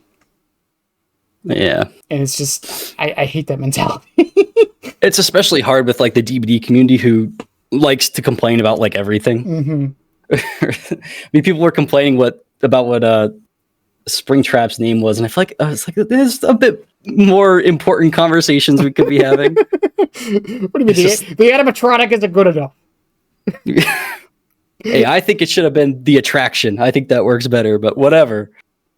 Listen, I think for what Springtrap is, anyway, that's we start talking about Springtrap again. We're just so hyped. So moving on to some of the viewer questions, by the way, it's really all I had, but there was, I don't want to say a lot, but there's quite a few viewer questions for this one, which I mean, this is the nicest way possible to you guys. I was not expecting so many questions for this. I'm excited. But from Trix, first question up is, do you think map designs are getting better or worse as time goes on, but both aesthetically and gameplay wise? Do you think we'll get another fully indoor map one day? And I know we've kind of answered some of these throughout. If you don't feel like answering them again, that's fine. But if you want to reiterate, that's also okay. Well, I want to make sure I respond to each of them. Can I like get a screenshot so I make sure I can? Yeah, I can. Let me see if I can. Not Steam. Don't open my Steam. My snipping tool, please. I'll send them as we go. All right, gotcha. So I heard there's a questionnaire with a lot of parts, and I want to make sure I don't just answer one of them. In regards to like them getting better or worse, I'd say compared to the absolute dookie behaviors to release in terms of maps, I think they've generally gotten better. Like with the last two maps, Dead Sands and Mind. Yeah, that's what I'm calling it now on. the Lake Mine. Like those maps are really good. So if they keep going that trajectory with them, I think we're good.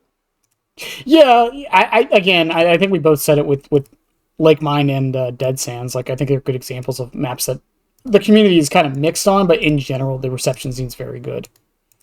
Yeah, and I mean, like, aesthetic is something that's always going to be kind of in the eye of the beholder. You know, what you like in aesthetic. I think they're fine. Like, I don't hate the reworks of, like, Cold Wind and stuff as much as some other people do. Like, I like the Texas Chainsaw Massacre feel that it has now, and I'm a lot less picky when it comes to that sort of thing, but I understand why some people have issues with them. Mm-hmm. And the second part of that question, do you think we will get another fully indoor map? I would be surprised if not. I mean, if anything, like it's more likely that we'll get like a hybrid, like Nostromo, but or like maybe even the new map with FNAF. I'm not sure, but I would be surprised if we don't get another fully indoor map one day, especially like if it's like a licensed map with some specific killer who whatever property they're in takes place in a single area. You know, you mentioned the FNAF thing again, kind of, but I am curious if that one's going to be not fully indoor, but if it's not really going to have that much outside. Yeah, I mean, we'll just have to wait and see. Yeah.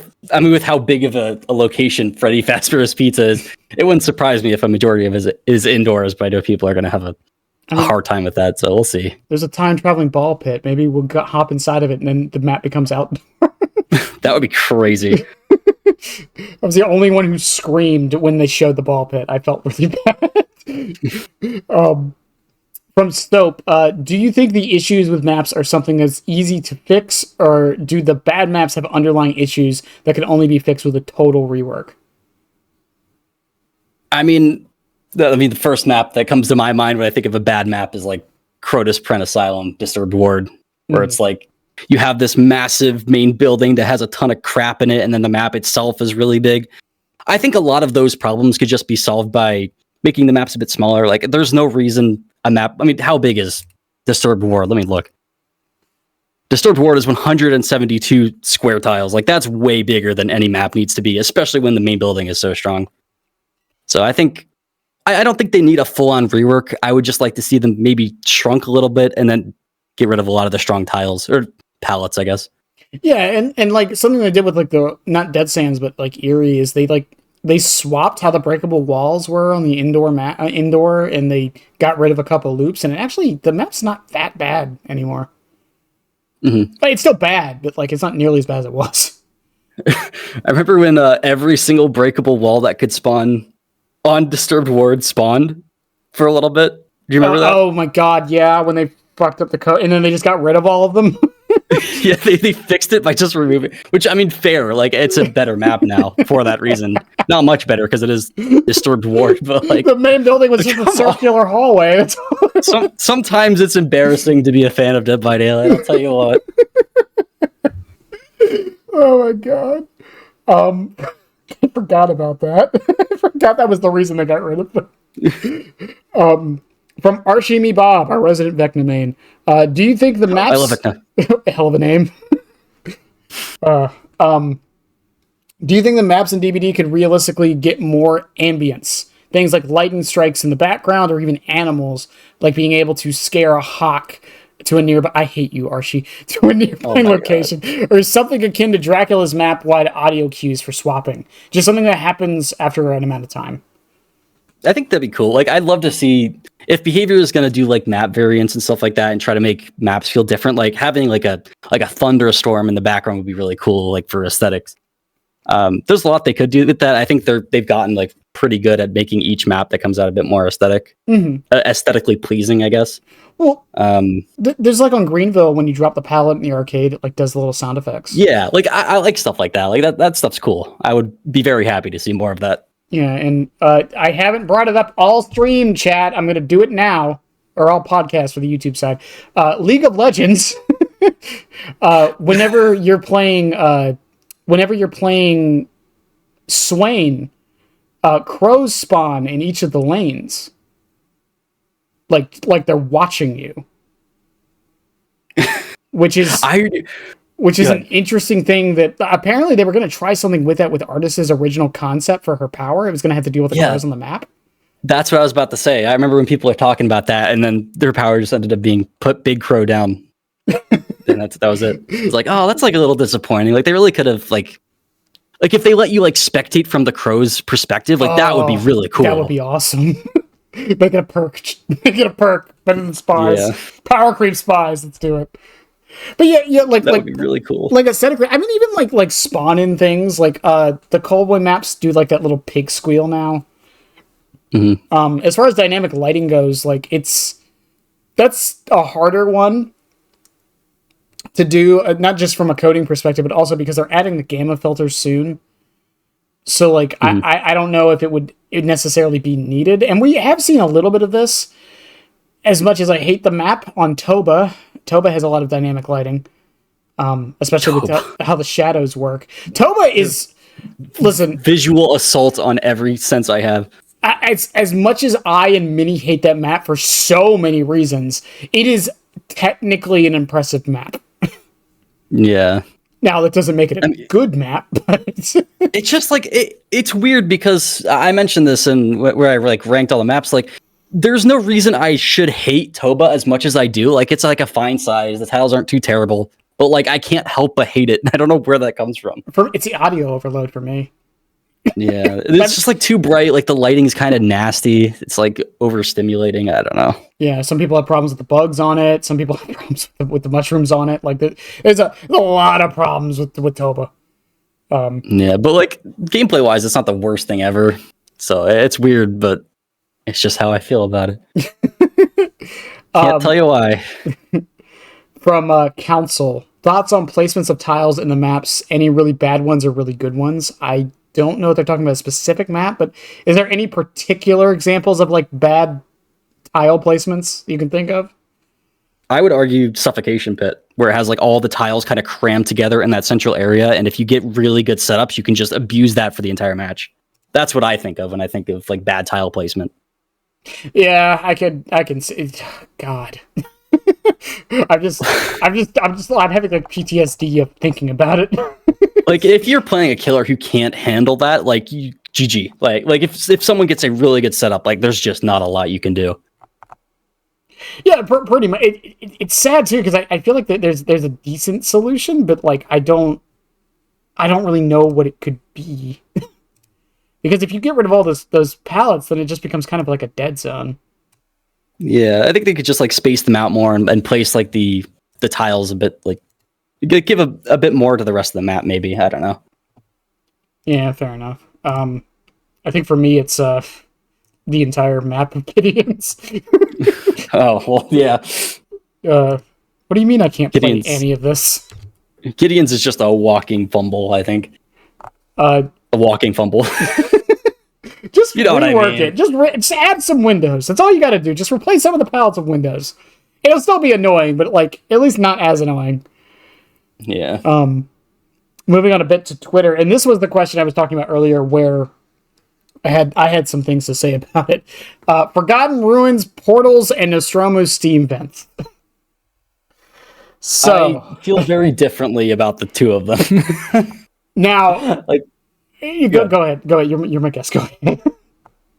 Like, I don't care about the Nostromo steam vents very often because they're not super prevalent in the gameplay. They're only in one area, so if like you see, like they're kind of annoying to get hit by, but it doesn't feel like you got robbed as hard.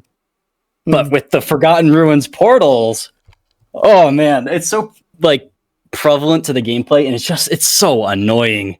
I like that you can grab survivors off of it. That's kind of funny, but I feel like it does more harm than good. Well, the thing is, my thoughts on the portals is I love the idea. I love the concept. It's such a cool thing. And there is a solution that I don't think they'd be able to add because it would probably break the game. Just make the portals instanced. Yeah. If they were like two-way portals that were like you could just like walk through, you didn't have to press a button or anything, that would fix all the problems the portals have. And it would make them really fun. You know how fun it would be to throw a hatchet as Huntress from the top of Forgotten Ruins to the bottom? Yeah, that'd be a lot of fun if you're just able to like walk through them like they were doors. Yeah, but I don't know if that's technically possible. The technology isn't there yet. I mean, the technology is there. I just don't know if it would or wouldn't break Dead by Daylight. No, I mean the technology's there. It's just not there for behavior. Because that's the simple solution. As far as the vents on Nostromo, I really like that idea, and I kind of wish more maps had stuff like that. Mm-hmm. Because it's well, it's not really that dynamic in the sense of like, well, if you're being chased, just turn it on. Why not? It's dynamic on the killer side of like walking around it or just eating the hinder. Yeah. And the survivors can like preset it up, which is interesting. I think having like environmental obstacles and stuff like that for certain maps would do a lot to keep certain matches feeling fresh.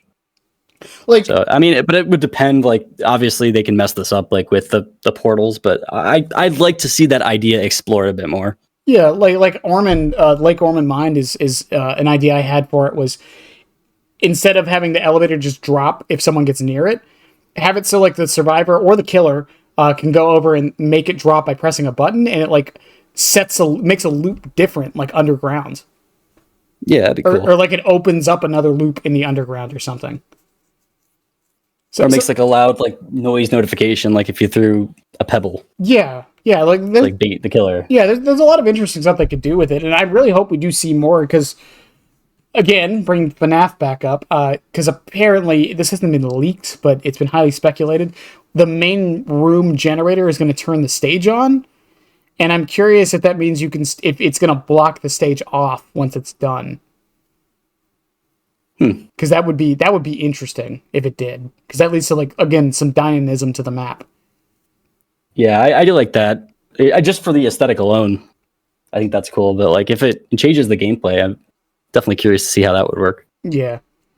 And again, like I think behavior is showing that they're trying to expand things more and more as we're going on, which is something I know people have complained with Dead by Daylight for a while is it stagnated a bit, but I think we're finally getting over that hump. Mm-hmm. Moving on to Oki. feel like talking about indoor maps would be great considering we are getting this pizza. Okay, that wasn't a question, Oki. We kind of talked a lot about indoor maps too. We did. This one's a joke from LSD. What the fuck? Why do maps still counter Trapper, the worst killer in the game? Because Behavior hates Trapper and doesn't want anyone playing him to have fun. That's why. That's your answer. If you play Trapper, they want you dead. Just the fucking, just the serendipity. It's true. Oh my God. I have my Trapper P100. I have seen horrors you would not believe. I've been in the trenches. I have been in the trenches. Oh my God. Do you play Perkless by chance? There's a couple masochists I know who do. Yeah, it's kind of funny for that additional challenge, but like if you're playing Trapper, there's gonna be enough of a challenge. You don't need to run no perks.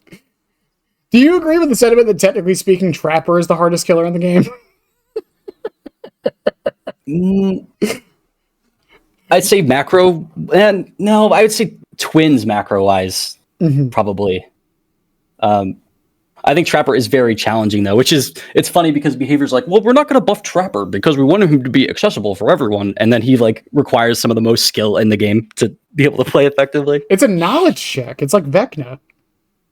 That's a shit on Vecna players, but like it's a knowledge check. Like you just got to know where to put the traps. Yeah.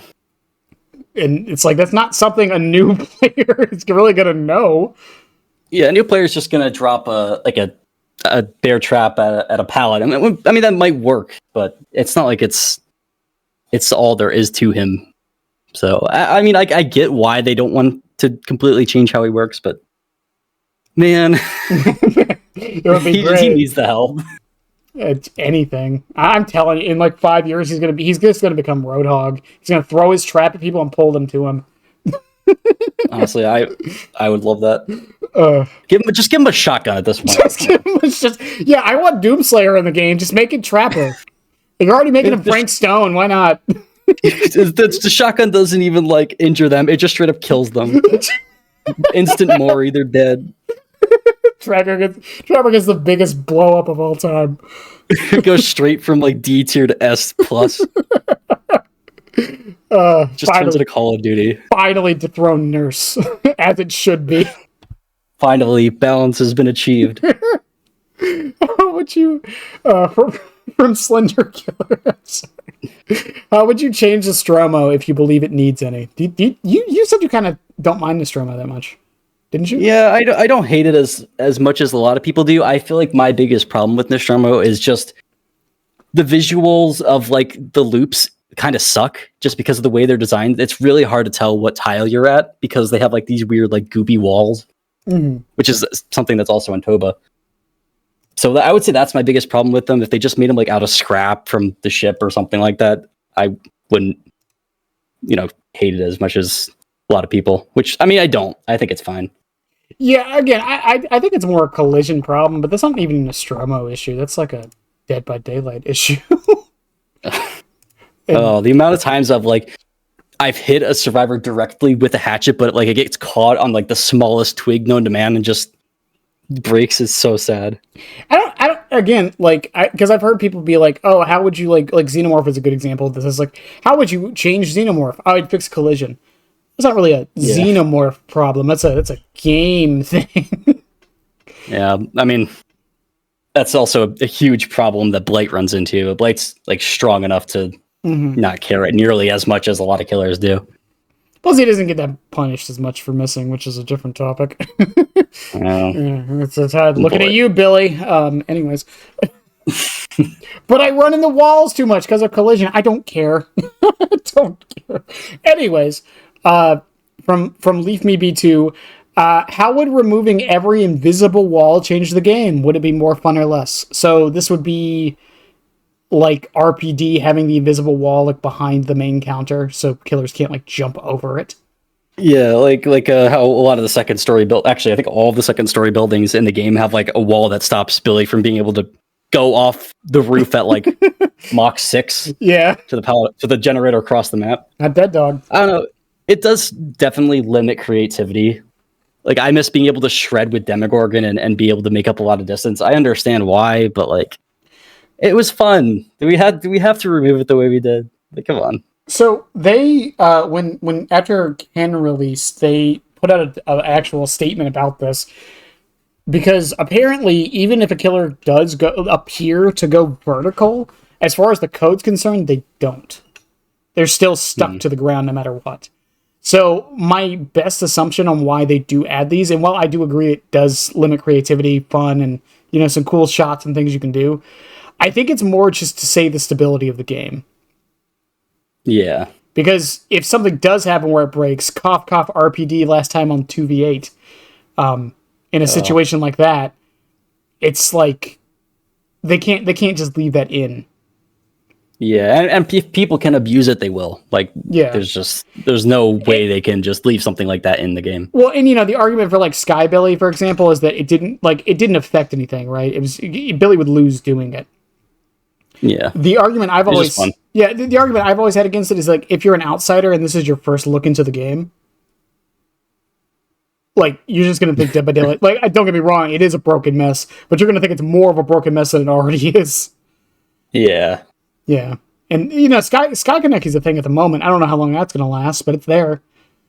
Oh, not long. They tend to get to that stuff pretty quickly. Again, like, from a looking at it from a behavior's perspective, it just makes the game look worse than it already does. Yeah. And yeah, I know why they removed it. So it's just like, it's a little disappointing. Yeah, so I can kind of understand. I do think for some killers, like Deathslinger should still be able to shoot through a lot of these places. I'm fine with, like, if you stopped the entire killer model from going through, but... Yeah, like, I don't mind, like, projectile, like, I don't mind Huntress hitting me, from, wherever, super high up, and, like, because that takes skill. It's not like they're cheesing the game by doing that.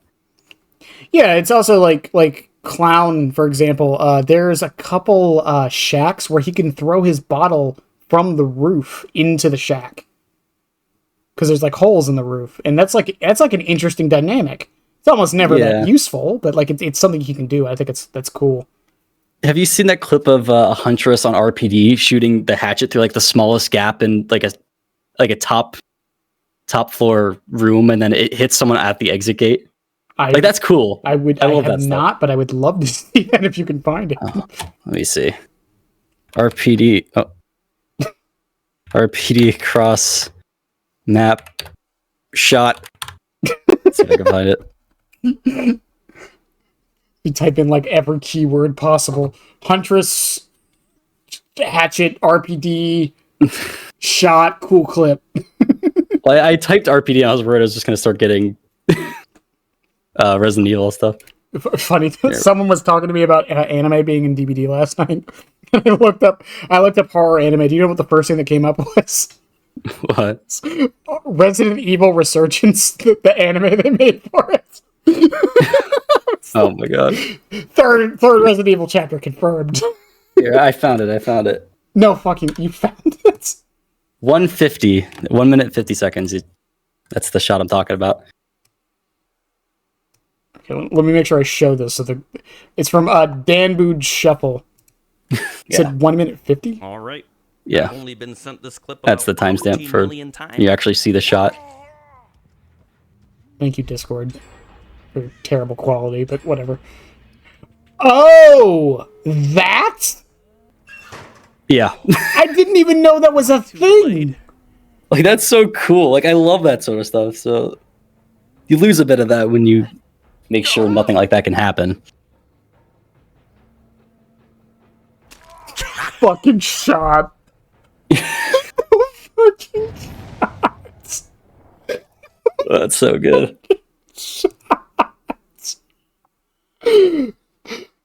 Dadbot Shuffle, I don't know if you're watching. If you are, that was the coolest fucking thing I've ever seen a Huntress player do. It's so cool. I didn't even know that hole was there. Yeah, you wouldn't think like it would lead to anywhere, but I guess like the way like the map is designed, it opens up. Oh my god. That's pretty cool. Well then. Moving on from that. Jesus Christ. From I don't even know how to pronounce that. The Giro, I feel so bad. The G Hero. There we go. How do we feel about the double pallet rocks that started being introduced during Unknown's chapter on Greenville Square? Okay. The double pallet loops. What are your thoughts on them? It really depends on who I'm playing. Like the general idea, I guess, is you just drop one of them and then the tile gets stronger until the killer breaks it, and then it's kind of useless. Yeah. So I feel like if as playing as like a certain group of killers, like it annoys me much less. But again, like if I'm playing Trapper, where the best thing he could do is cut down some tiles by placing a trap at them, and there's a pallet right next to it, like I don't know. It's a lot more frustrating. I don't know. Personally, I like the dynamism of them. I know I've mentioned that a lot with Greenville, but I like that it like gives the survivors a bit of choice. Because depending on the killer, like you don't need to drop both pallets. Yeah. And depending on which killer you're playing, you don't need to break both pallets. But again, this comes back to the issue of if you're playing Trapper. Just gonna always imagine I'm playing Trapper. Yeah, you're always playing Trapper in every match of Dead by Daylight. Good luck. Torture. If you're playing Trapper or a killer or even like Wraith or something, you kind of have to just break both pallets, and the dynamism is kind of lost. Yeah. And like I said, like if they want to go that direction, that's fine. Just make sure every killer can handle that. So like with all like the making maps with a lot more density in terms of pallets, but it's like a more manageable size, like that's fine. I don't have a problem with that, but yeah, and again, like it's funny that they introduced it to Dead Sands. I think there's like 2 of them on Lake Mind, if I'm correct. I know there's at least 1 that can spawn on Lake Mind.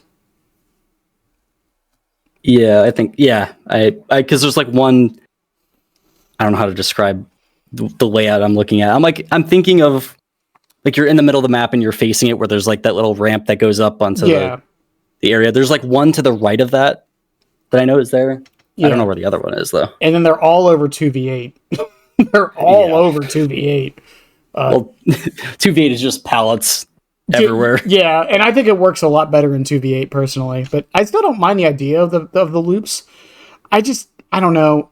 I just wish, as with most things, they were used a little bit more in moderation. My problem with them on Greenville isn't that they exist, it's that there's like 4 of them. Yeah. And they're all like right beside each other. It's definitely frustrating for certain killers. Yeah. From Noah VGC, Pokemon just entered my brain. From Noah VG, do you think main buildings should be in the middle of the maps more, like Red Forest, or one side only, like Macmillan's and Greenville? It depends on the strength of the main building.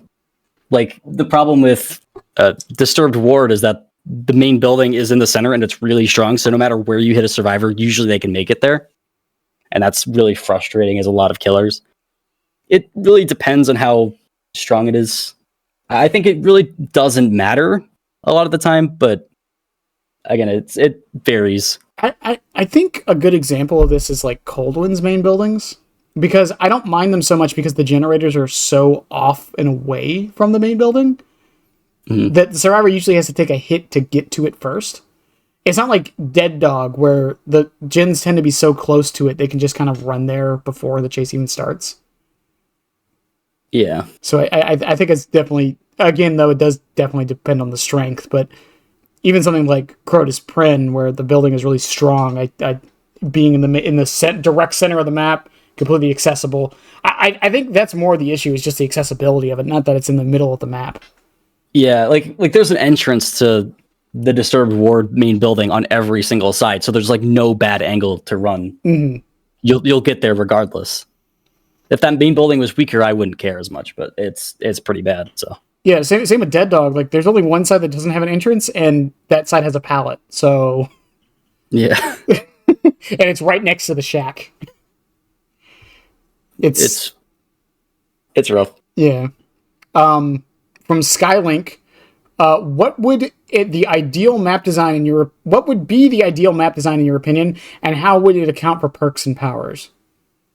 So I think that the best way to like ask this, at the current moment, what is your like ideal map in the game?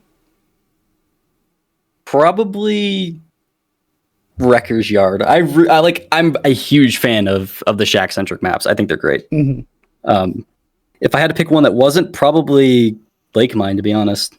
I really like Lake Mine. Yeah, fair enough. It's so if they keep good. I was just saying, it's just not maps that aren't too small, but like small enough that have enough workaround around the shack, but generally lead to it. With maps that are small enough to keep like that consistent gameplay going, where there's not a lot of dead time, and it's just fun all around for everybody because there's enough pallets where you can be consistently looping, but not too many where you feel like you can't do anything. I think that's where they should aim most of the time. And accounting for perks and powers, do you think more maps should be doing this? I know we kind of talked about that with killers, but things like All Shaking Thunder and Balanced Landing and stuff like this. I know balanced. People will make the argument that every map except for like one can use Balanced Landing, but I do think it's kind of crappy that some perks are kind of hurt by map dependency. Yeah, and I would argue that's more on the perks end than it is the maps, because I mean, you just can't take every single perk or power into account when you're designing a map. So making a perk or map have such specific activation requirements is what causes that problem, in my opinion. Yeah, fair enough. And I think it's just an impossible thing to ask. Yeah. It really is, especially like when you make... And if the effect is powerful enough, I think it's fine. Like, I think for what Balanced Landing does, I think it's okay that it's a little map dependent. Yeah. The problem arises... Like, Balanced Landing is good enough where it's like, you get value out of it a lot of the time, but you know, there's some situations where you just can't. But that's like just a risk you take when bringing that perk.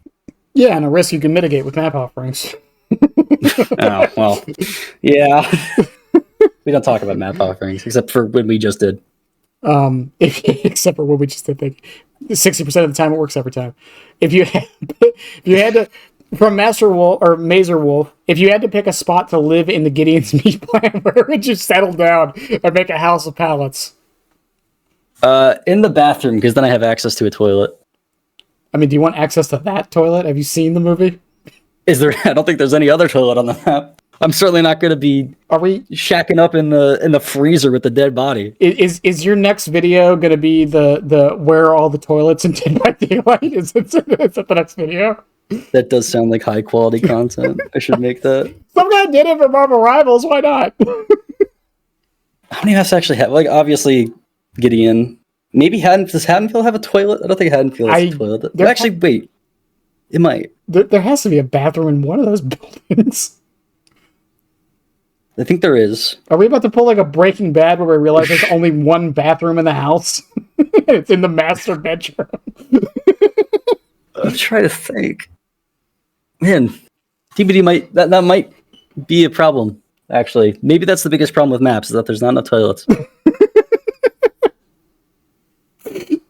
You know, this is not where I thought that question would go.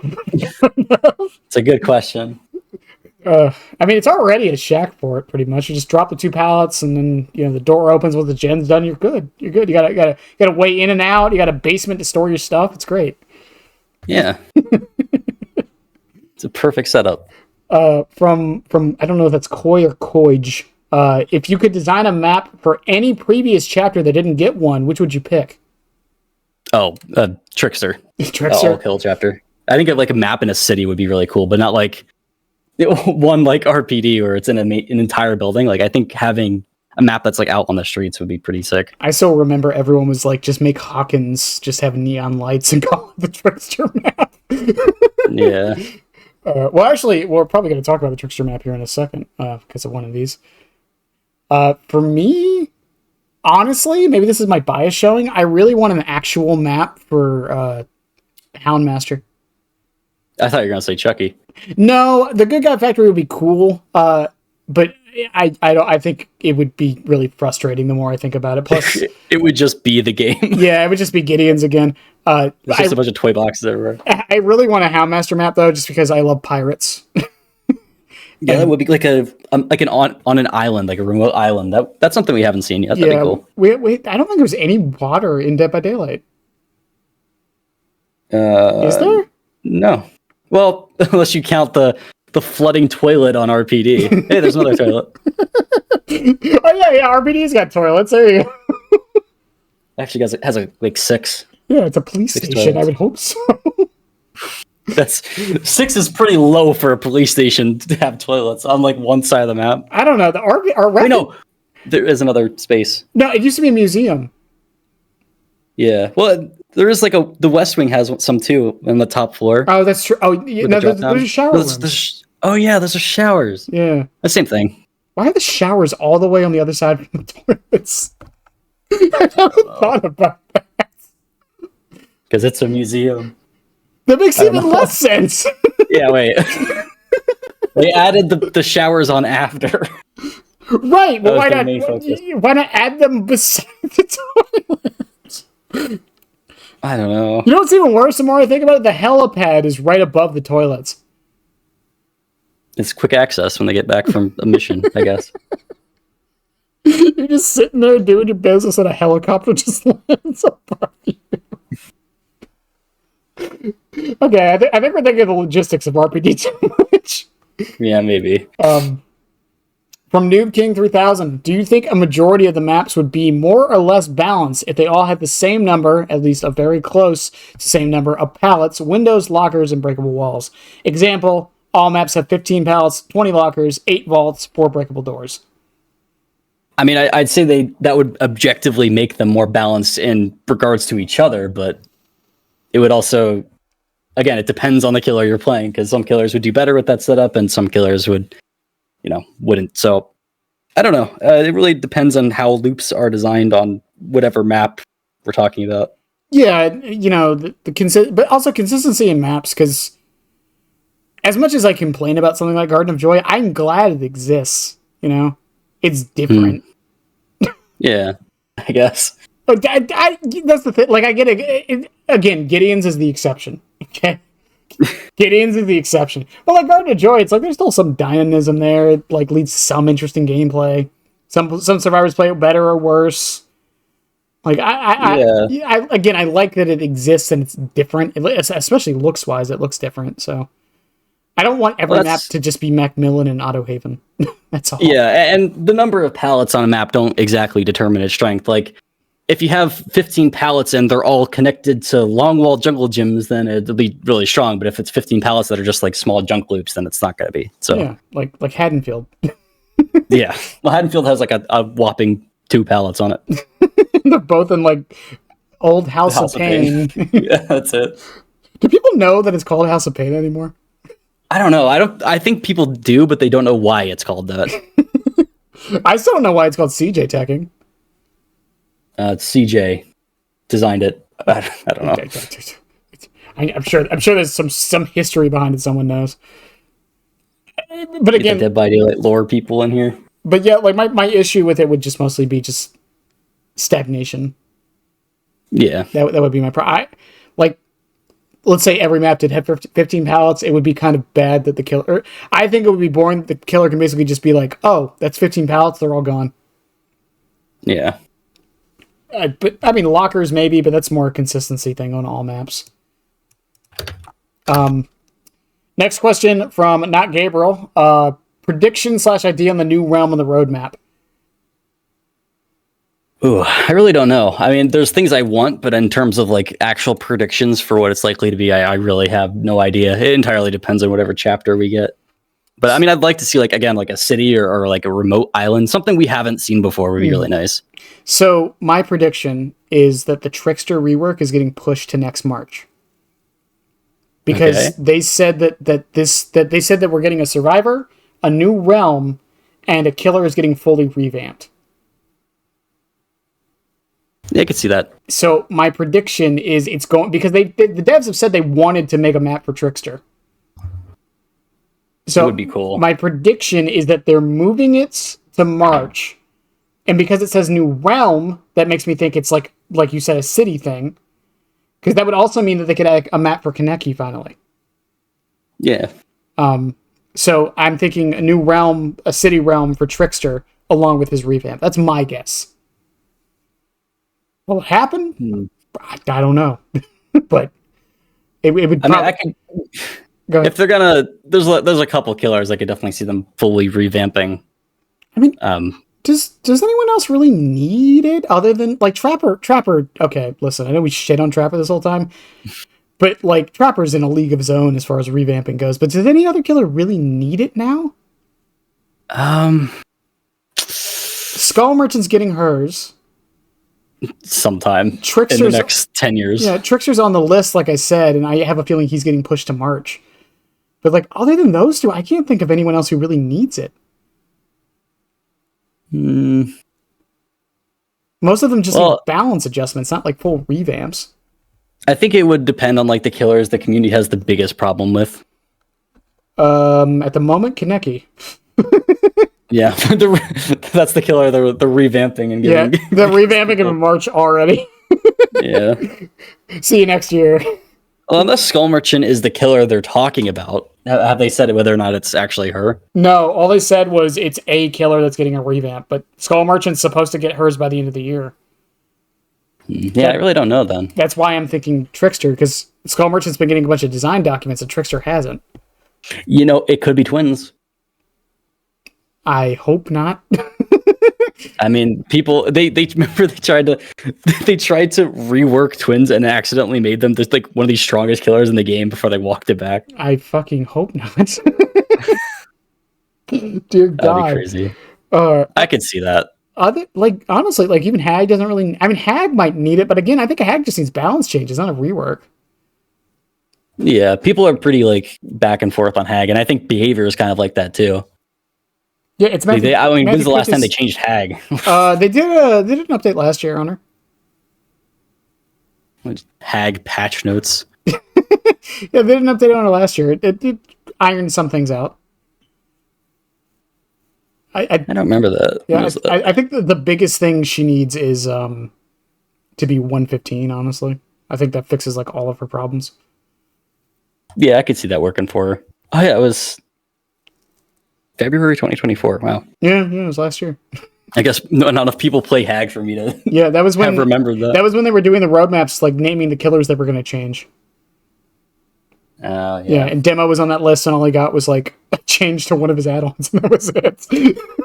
maybe they'll rework Hag whenever they rework the swamp maps. Surely. Oh no, because it's a new. Yeah, maybe, but I mean it's a new realm, so unless they change the name of swamp.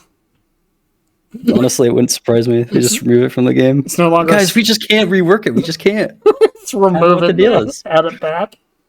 We just need this entire perimeter of absolutely nothing except logs that extend chases for way longer than they should.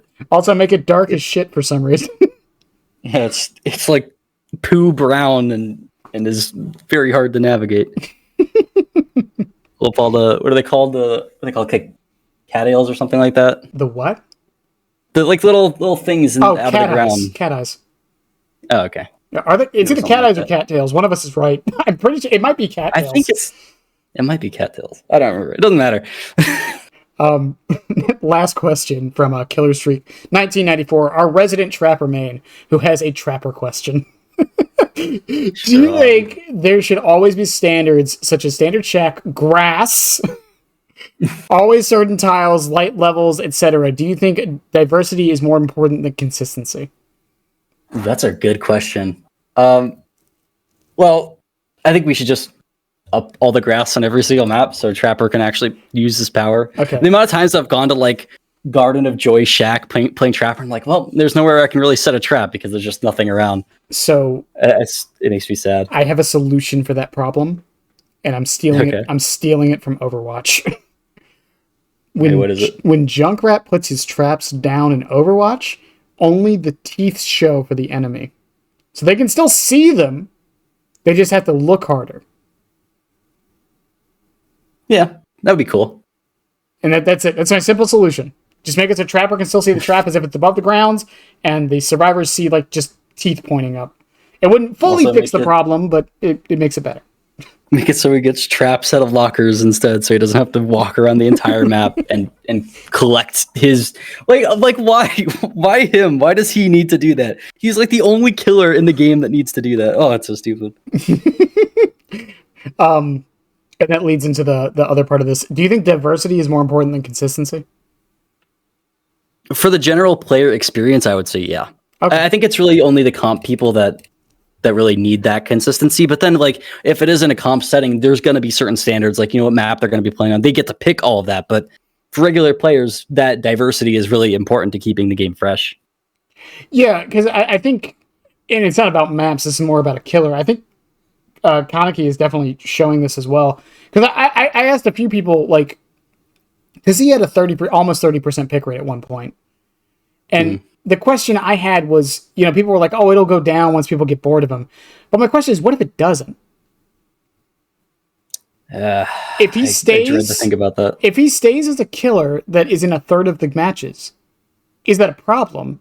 And if so, how do we address it without just nuking him? I don't know. I don't think Dead by Daylight's ever had that problem before. We kind of did with Wesker, but even that died down after 6 months. And even then, Wesker, it was only 10%.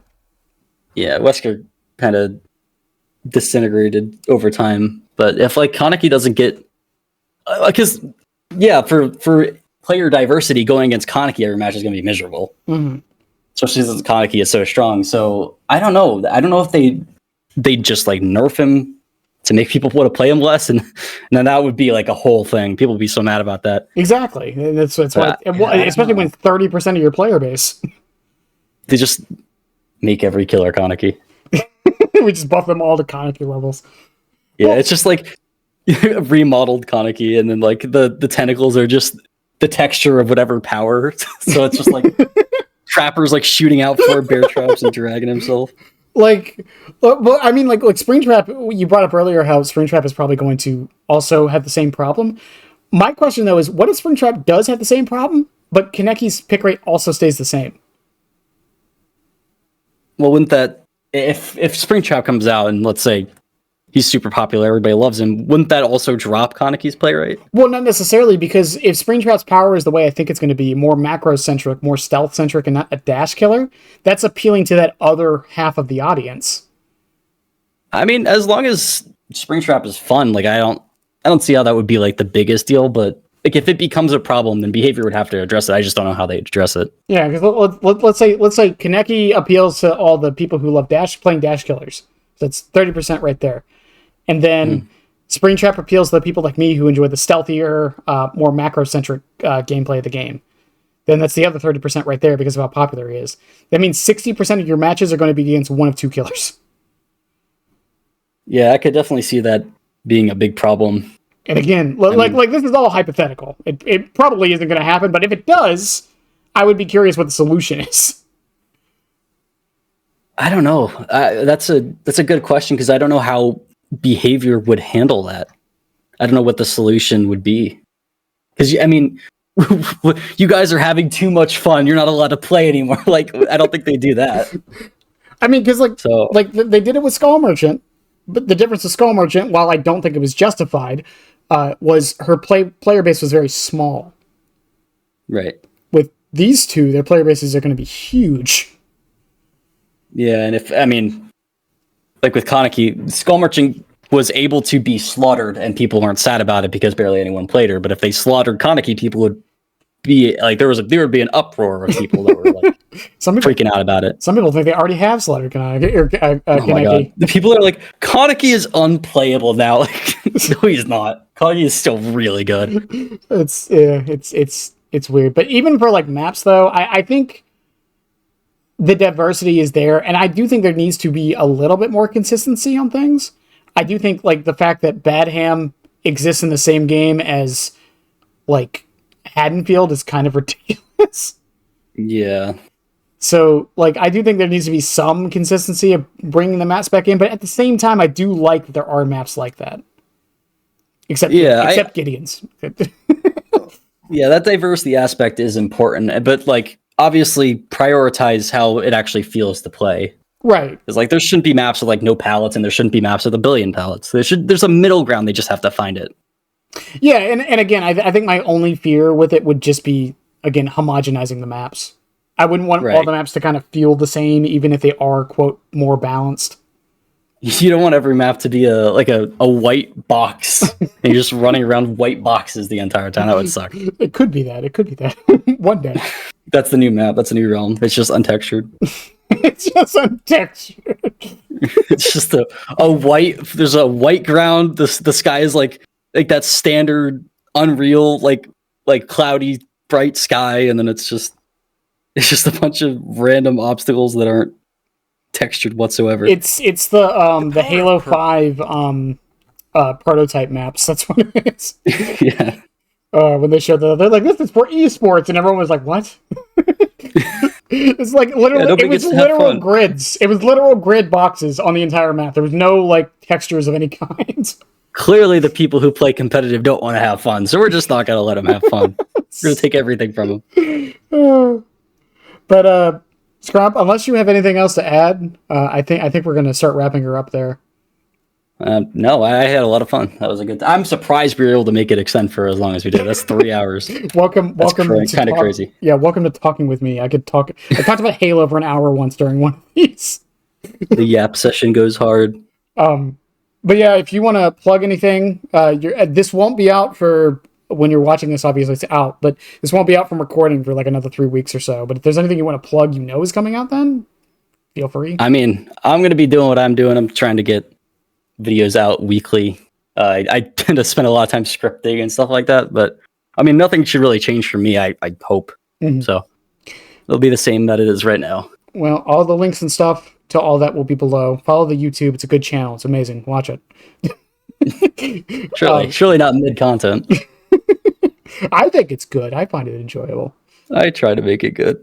But from that, I do want to thank you again for giving me 3 hours of your time. I know it doesn't seem like much, but that's the most valuable thing we have on this planet, and you gave it to me. So, well, thank you for inviting me. I'm glad to even be considered for this.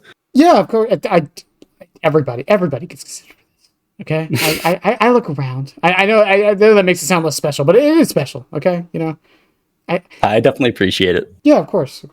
And on that note, to those watching on the YouTube side, I love you guys as always. Have a good one, and yeah, bye.